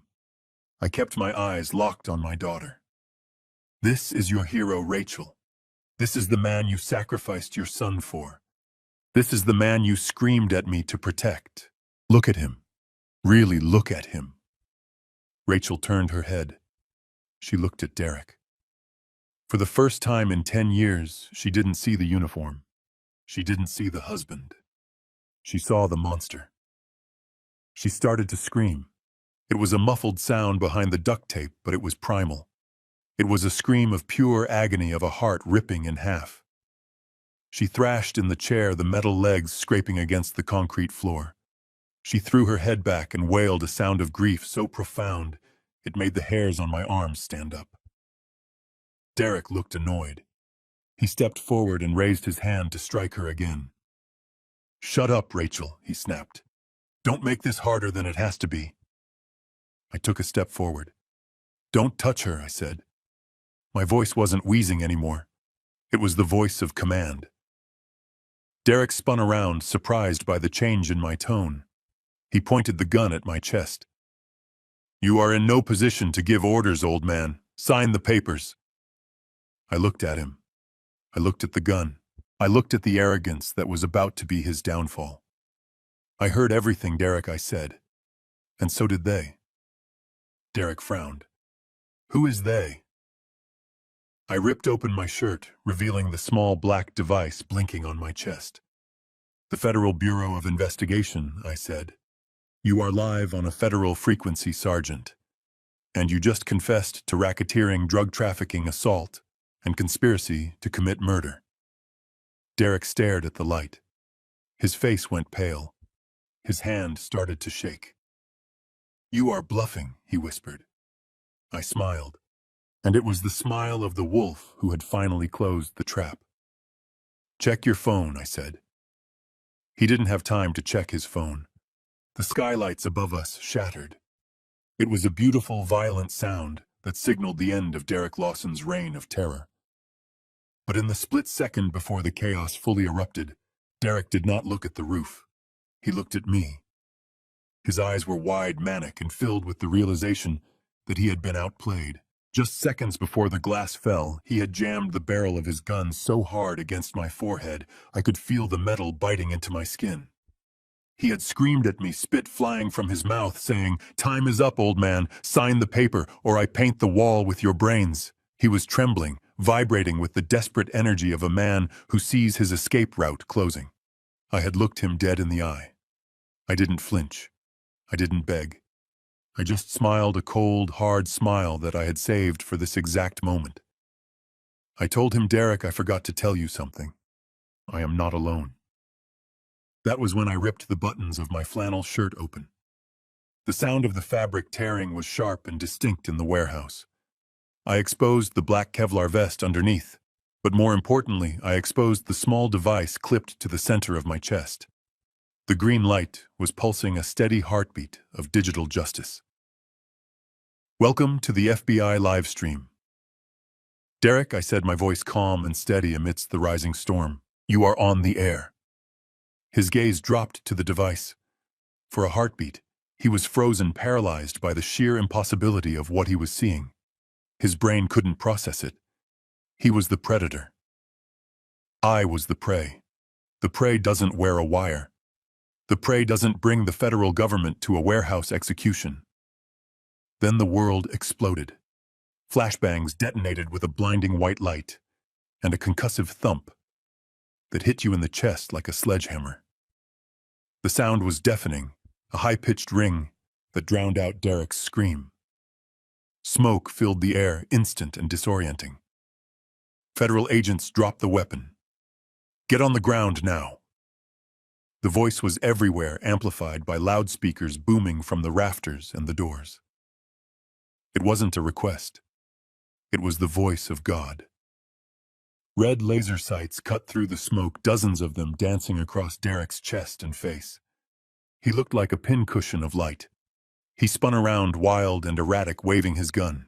Griggs and Miller, the two dirty cops Derek had brought as muscle, dropped their weapons instantly. They knew the game. They knew when you were beat. They hit the wet concrete hands behind their heads, screaming, "Don't shoot, don't shoot." They were cowards who only felt tough when they had the badge to hide behind. Without it, they were nothing.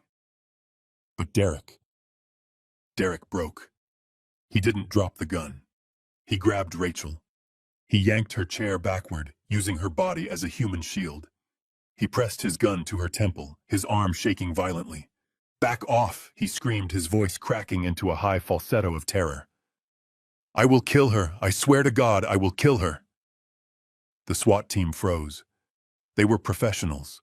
They had the shot, but with Rachel in the line of fire, the risk was too high. A wall of black-clad operators with ballistic shields moved forward, forming a perimeter, but they held their fire. I stood 5 feet away from him. The lasers were still painted on him, but he was crouching behind my daughter, hanging her terrified, sobbing form to buy himself seconds of life. "Jack, tell them to back off," Derek yelled at me. "Get me a car. I want a chopper. I want out of here." I looked at him.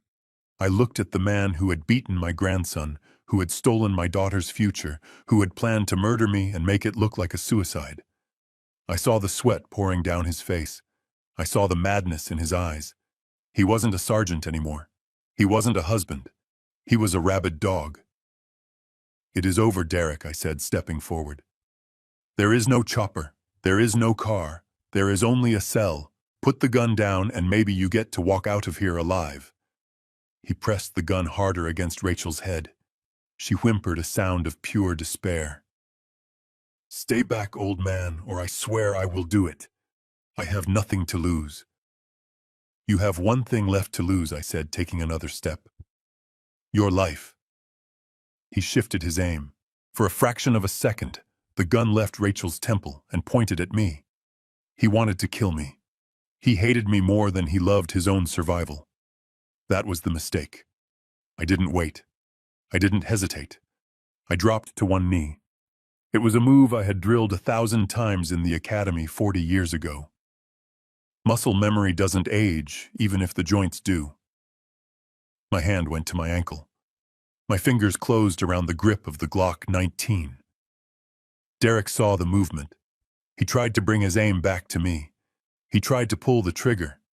But he was fighting against a man who had been waiting for this shot since the moment he saw the bruises on his grandson's back. Pop. Pop. 2 shots. Controlled. Rhythm. The first round hit him in the shoulder, spinning him around. The impact shattered his collarbone and forced his gun hand away from Rachel. He screamed a sound of shock and pain. The second round hit him in the leg, shattering his knee. He collapsed. He hit the floor screaming, writhing in the dirty water and oil. His gun skittered away across the concrete. "Move, move, move!" The SWAT team surged forward like a black tide. They were on him in seconds. I saw boots on his neck, boots on his back. They zip-tied his hands behind him, wrenching his injured shoulder. He howled, but no one cared. "Secure the hostage!" 2 agents rushed to Rachel. One cut the zip ties binding her wrists. Another ripped the tape from her mouth. She fell forward, sobbing, gasping for air. "Daddy," she wailed. "Daddy." I holstered my weapon. I stood up, ignoring the creaking in my knees. I walked over to her. I pushed the agents aside gently. "I am here, baby," I whispered, pulling her into my arms. "I am here." She buried her face in my flannel shirt, clinging to me like she was 5 years old again. She was shaking so hard her teeth chattered. She was covered in blood, some hers, some Derek's, but she was alive.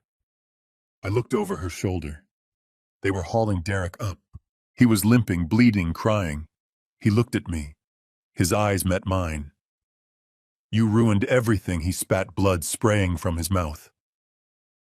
"You ruined my life." I stared at him. I didn't feel anger anymore. I just felt a cold, hollow satisfaction. "I didn't ruin your life, Derek," I said, my voice cutting through the noise of the warehouse.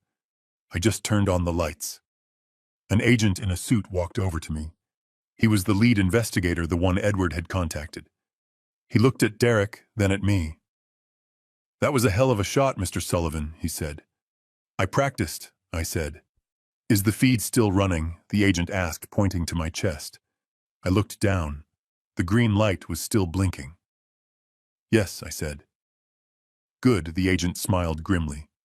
"That means we have his confession, his threats, and his assault on a federal officer on tape. He isn't seeing daylight again." I reached up and clicked the device off. The green light died. The show was over. I looked back at Rachel. She was looking at Derek as they dragged him away. There was no love in her eyes anymore. No defense. Just horror. She finally saw him. She finally saw the monster I had seen from the beginning. He was going to kill me," she whispered. "He was really going to do it." "Yes," I said, smoothing her hair. "He was." "Why, Daddy? Why did he hate us so much?" "Because he hated himself, Rachel. And he used us to pay for the price of being him." The paramedics arrived, swarming around us, checking Rachel's face, checking my vitals. I waved them off. I was fine. The adrenaline was fading, leaving me tired, bone-deep tired, but I was fine.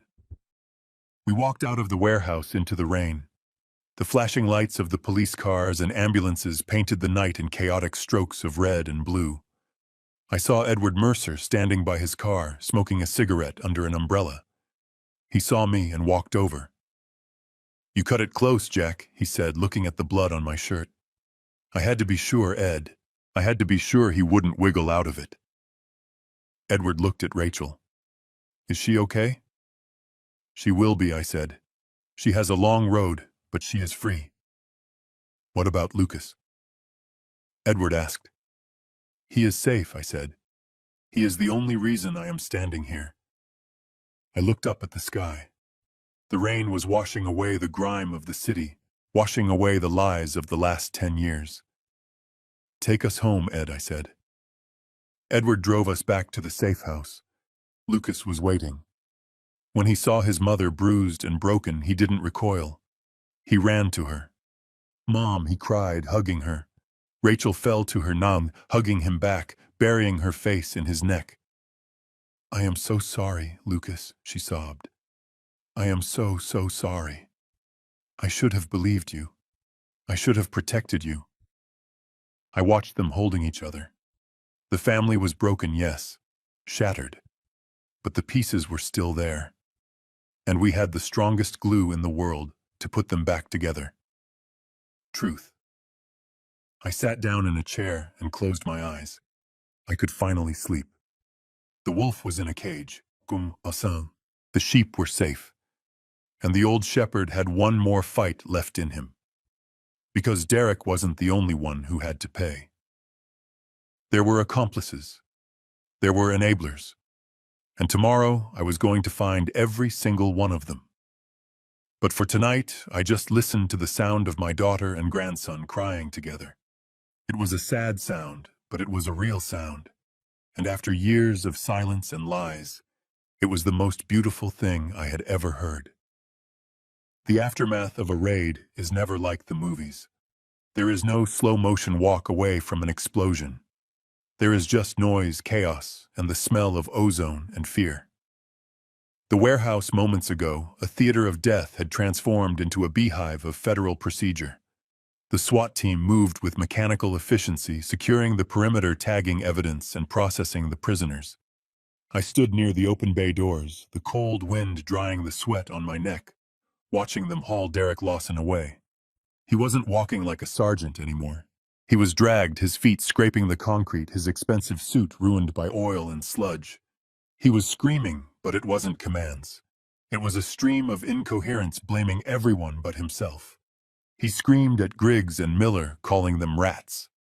He screamed at Rachel, calling her a traitor. He even screamed at me, promising that his friends on the force would fix this. But as they shoved him into the back of a federal transport van, I saw the truth in his eyes. He knew. He knew that no friend on the force could fix a federal indictment captured on live video. The feed from the device on my chest hadn't just gone to a server. It had been broadcast directly to the conference room of the United States Attorney and the head of the State Police Internal Affairs Division. Special Agent Reynolds, the man who had led the breach, walked over to me. He handed me a thermal blanket. "You did good, Jack. It played out exactly like you said it would." I took the blanket but didn't wrap it around myself. I looked at the van where Derek was thrashing against the cage. "Did you get the confession?" I asked. Reynolds nodded, lighting a cigarette and offering me one. I declined. "We got everything. The admission of the trust fund theft, the racketeering, the conspiracy to murder, and the assault on a federal witness. That last one carries 20 years by itself. We also picked up his mistress in the North End 20 minutes ago. She was packing a bag with $50,000 in cash. She started talking before we even read her rights." I felt a knot loosen in my chest. It was done. The legal web was airtight. Derek wasn't going to wiggle out on a technicality. He was going to die in prison. But the victory felt hollow as I turned my attention to the other side of the warehouse. Rachel was sitting on the bumper of an ambulance, a paramedic checking her pupils. She looked like a ghost.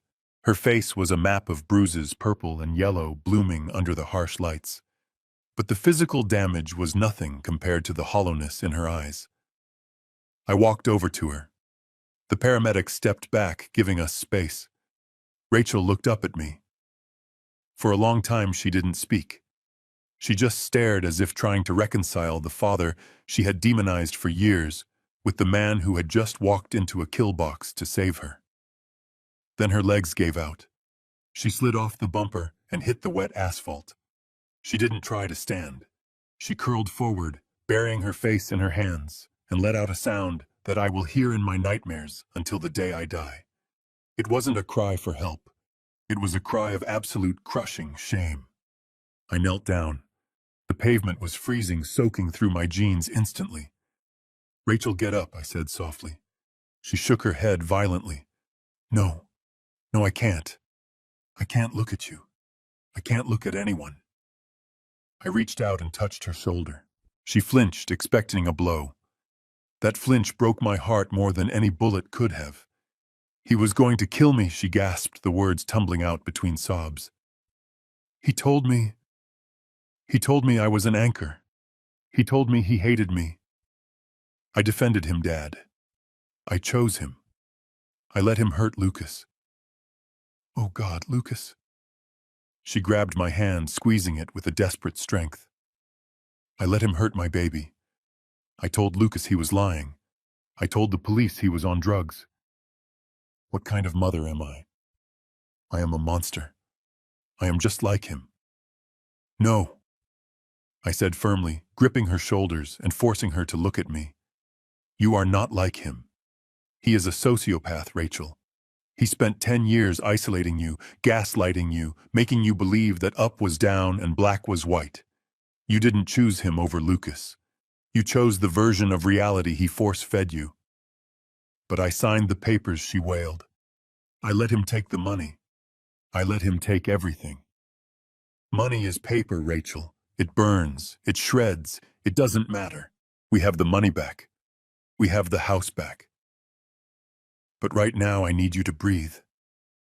She collapsed against my chest, weeping like a child. I held her, rocking her back and forth in the freezing rain. I looked over her head at Edward Mercer, who was standing by his car watching us. He looked grim. He knew that the legal battle was the easy part. Putting a human being back together after they have been dismantled by a narcissist is the work of a lifetime. Edward walked over his shoes, clicking on the pavement. "The FBI wants a statement, Jack," he said quietly. "But it can wait. Let's get her out of here." I helped Rachel stand. She was dead weight, her spirit completely shattered. We walked her to Edward's car. She wouldn't let go of my hand. As we settled her into the back seat, Agent Reynolds approached again. "Mr. Sullivan," he said, "I have to ask. You knew he was going to bring her here tonight, didn't you?" I looked at Reynolds. I owed him the truth. "I suspected it," I said. Reynolds shook his head. "No, you didn't suspect. You engineered it. You filed that custody petition with the financial affidavit, knowing exactly how Derek would react. You knew he was drowning in debt. You knew seeing $12 million would make him desperate. You pushed him into a corner because you knew the only way to get your daughter back was to let him show her his teeth." I looked at Rachel through the car window. She was staring at nothing, wrapped in a blanket. 3 days ago, I said, my voice low. I sat in my cabin and I realized that I could win custody of Lucas easily. But if I did that, Rachel would stay with Derek.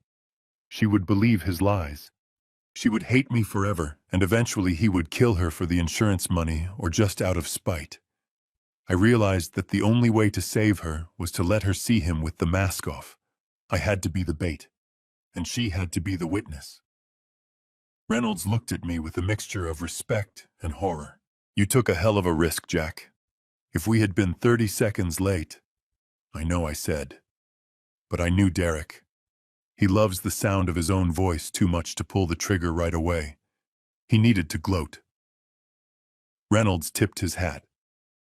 "Remind me never to play poker with you, Captain." I got into the car next to Rachel. Edward drove us away from the docks, away from the lights and the sirens. The heater blasted warm air, but Rachel was still shivering. "Dad," she whispered after a few miles. "Where are we going?" "We are going to get your son," I said. She stiffened. He won't want to see me. He hates me." "He doesn't hate you, Rachel. He is hurt. He is confused. But he is a Sullivan. He has a big heart." We arrived at the safe house. The paralegal unlocked the door. Lucas was sitting on the cot, awake. He stood up when we walked in. He saw his mother. He saw the bruises, the blood, the devastation on her face. Rachel stopped in the doorway. She looked at the floor, unable to meet his eyes. She fell to her knees again, her hands covering her face. "Lucas," she choked out, "I am so sorry." Lucas didn't hesitate. He didn't ask for an explanation. He didn't demand an apology. He saw his mother in pain, and the instinct to protect her, the instinct Derek had tried to beat out of him, kicked in.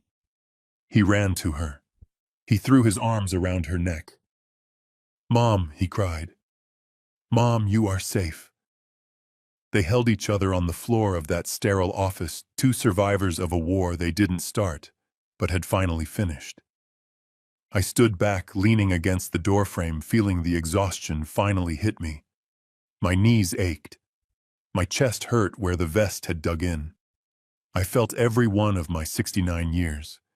But as I watched them, I felt something else too. Relief. The cancer that had been eating my family, the rot that was Derek Lawson, had been cut out. The wound was deep, and it would leave a scar that would ache when it rained, but it would heal. Edward came up beside me and handed me a flask.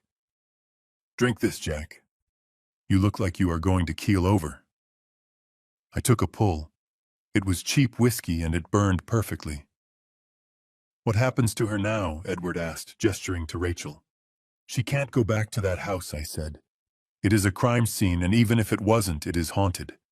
She needs a place to decompress, a place where nobody knows her name.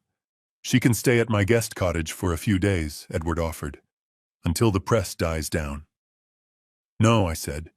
"She needs to come home, to the cabin. She needs to chop wood. She needs to dig in the dirt. She needs to remember who she was before she met him." I walked over to them. "Lucas, help your mother up. We are going home." Rachel looked at me, her eyes red and swollen. "I don't have a home, Dad. The bank, Derek, he ruined everything."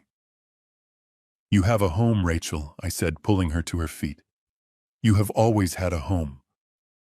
I just kept the light off so you could find your own way back." We walked out to the truck. The storm had passed. The sky was clearing, revealing a moon that was bright and sharp. I drove them to the cabin. I made up the beds. I locked the doors not because I was afraid, but because the world outside didn't need to come in tonight. I sat in my armchair in the dark, listening to the silence of the house. It was a different kind of silence than before. It wasn't lonely. It was peaceful. My phone buzzed. It was a text from Reynolds. "Lawson is in holding. He is crying for a deal. We told him the only deal he gets is life without parole. Sleep tight, Jack." I put the phone down. Tomorrow the lawyers would descend. Tomorrow the reporters would camp out at the gate. Tomorrow we would have to start the long, ugly process of forensic audits and testimony. But tonight my daughter was sleeping in her old room. My grandson was safe, and the wolf was in a cage. I closed my eyes. For the first time in 10 years, I didn't check the perimeter cameras. I didn't need to. The family was whole, and that was the only security system that mattered. 8 months is a long time in a cell, but it is a blink of an eye in a lifetime. I stood in the back of the courtroom, watching the final act of the tragedy Derek Lawson wrote for himself. The gallery was full, but it was quiet. There were no supporters for the former sergeant. No blue wall of silence. That wall had crumbled the moment the live stream hit the internet. Derek stood before the judge in an orange jumpsuit that hung loosely on his frame. The arrogance was gone, replaced by a twitchy desperation. He looked like what he always was, a small man trying to cast a big shadow. The judge was a new one, a federal appointee with eyes like flint. He didn't waste time with speeches. He read the charges and the verdict. Racketeering, wire fraud, aggravated assault, attempted murder. The list went on for 5 minutes. Then came the number. 45 years in a federal penitentiary without the possibility of parole. Derek didn't take it like a man. He didn't stand tall. He unraveled. He lunged against his restraints, screaming. He turned his head, searching the crowd, until he found Rachel sitting in the front row. "It is her fault," he shrieked, spitting, as the marshals grabbed him. "She made me do it. She spent the money. She is the one you want. She is the witch," I watched Rachel. 8 months ago, that voice would have made her crumble. It would have sent her into a spiral of guilt and fear. But today she didn't flinch. She didn't look away. She just watched him with a detached curiosity, as if observing a specimen in a jar. She held Lucas's hand tight. When they dragged Derek out, kicking and screaming, she took a deep breath and let it out slowly. It was the sound of a heavy door closing forever. We left the city behind. We left the noise, the reporters, and the ghosts of the old house. I sold the cabin. It had served its purpose as a fortress, but Lucas needed room to run, not a bunker to hide in. We bought a farm 3 hours west, deep in the valley, where the air smells of pine and wet earth. It isn't a mansion. It is a working farm with fences that need mending and a barn that leans to the left. But it is ours, and it is quiet. The sun was setting, painting the sky in streaks of violet and gold. The dust kicked up behind the tires of the 2005 Ford F-150. I wasn't driving. Lucas was. He sat behind the wheel, his hands gripping it at 10 and 2, his eyes focused intensely on the gravel road ahead. He had grown in 8 months. He was taller, his shoulders broader. The bruises had faded from his skin, and the terror had faded from his eyes, replaced by a cautious confidence. "Easy on the clutch, son," I said from the passenger seat. "She is an old girl. You have to listen to her." Lucas eased off the pedal, and the truck rumbled smoothly over a pothole. He smiled, a real smile that reached his eyes. "I got it, Grandpa," he said. "She likes a gentle touch." I leaned back in the seat, letting the window down. The wind ruffled my hair. I looked in the rearview mirror. Rachel was sitting in the middle of the back seat. She looked different, too. The gaunt, hollow look was gone. She had cut her hair short, framing a face that was still healing, but no longer haunted. She was wearing jeans and a sweater, no makeup, no jewelry. She looked like herself. She had a thick book open on her lap. "The Body Keeps the Score." She had been reading it for weeks.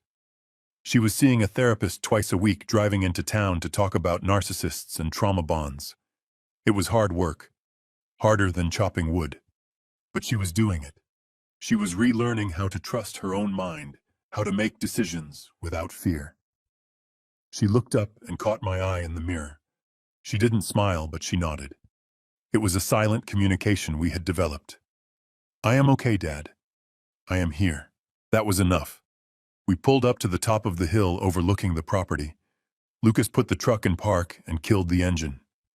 The silence of the valley washed over us, broken only by the ticking of the cooling engine and the call of a hawk circling above. We sat there for a moment, the three of us, watching the light fade from the sky. "You did good, Lucas," I said. "You are a natural." "Thanks, Grandpa," he said. "Can I drive us back to the house?" "In a minute," I said. "Let's just sit for a second." I looked out over the fields. I saw the fences I had paid for. I saw the tractor I had bought. I thought about the $12 million. A significant chunk of it was gone. The lawyers, the forensic accountants, the fines, the relocation. It had cost a fortune. The new farm wasn't cheap. Most people spend their lives chasing that number. They hoard it, they worship it, they let it define them. Derek had destroyed his soul for a fraction of it. He thought the money was the prize. He thought it was the power. But as I looked at my grandson safe and whole sitting next to me and my daughter healing in the back seat, I realized the truth. Money is just fuel. It is just a tool. It has no value sitting in a ledger. Its only value is in what it can destroy and what it can build. I had used it to destroy a monster. I had burned it to buy justice. And now I was using it to buy the one thing that is more expensive than gold. Peace. I had spent a lifetime catching bad guys. I had spent decades in the dark fighting to keep the world safe for strangers. But the most important case of my life, the one that really mattered, was this one. Saving my own blood. I looked at my hands. They were old, spotted with age, scarred from years of work. But they were steady. They hadn't shaken when I pulled the trigger in that warehouse, and they didn't shake now. Grandpa Lucas asked, breaking my reverie, "What are you thinking about?" I looked at him. I looked at the future I had fought for. "I am thinking that this is the best view I have ever seen, son," I said. Rachel closed her book. She leaned forward, resting her chin on the back of the front seat. "It is over, isn't it, Dad?" she whispered. "Really over." I looked at the horizon where the last of the sun was dipping below the mountains. The darkness was coming, but it didn't scare me anymore. We had our own light now. "Yes, honey," I said. "It is over. The storm is gone." I tapped the dashboard. "Take us home, Lucas." He started the truck, the engine roaring to life with a healthy growl. We drove down the hill toward the warm yellow lights of the farmhouse. People say you can't buy happiness. Maybe they are right. But you can buy freedom. You can buy safety. You can buy a second chance. I spent a lifetime accumulating a fortune. I drove old trucks and wore old coats so no one would know. I saved every penny waiting for a rainy day. Well, the rain came. It poured. It tried to wash us away. But we built an ark. And as we rolled down that dirt road leaving the dust behind us, I knew one thing for certain. Spending every dime to get my family back was the best investment I ever made. The wolf was in a cage. The sheep were lions now. And the old shepherd could finally rest. This is Jack Sullivan signing off. This journey taught me that the most dangerous lies are not the ones criminals tell, but the ones we tell ourselves to keep a false peace. We ignored the red flags to save a marriage, and it almost cost us our lives. I learned that true wealth isn't the number in a ledger. It is the freedom to stand your ground against tyrants and the power to shield the innocent. Evil often wears a smiling mask or a shiny badge counting on your silence to survive. But silence is not a shield. Sometimes to build a true home, you have to be willing to burn down the prison they built around you. If you have ever had to stand up to a bully to protect someone you love, or if you know what it feels like to be underestimated, hit that like button and subscribe to the channel. Let me know in the comments.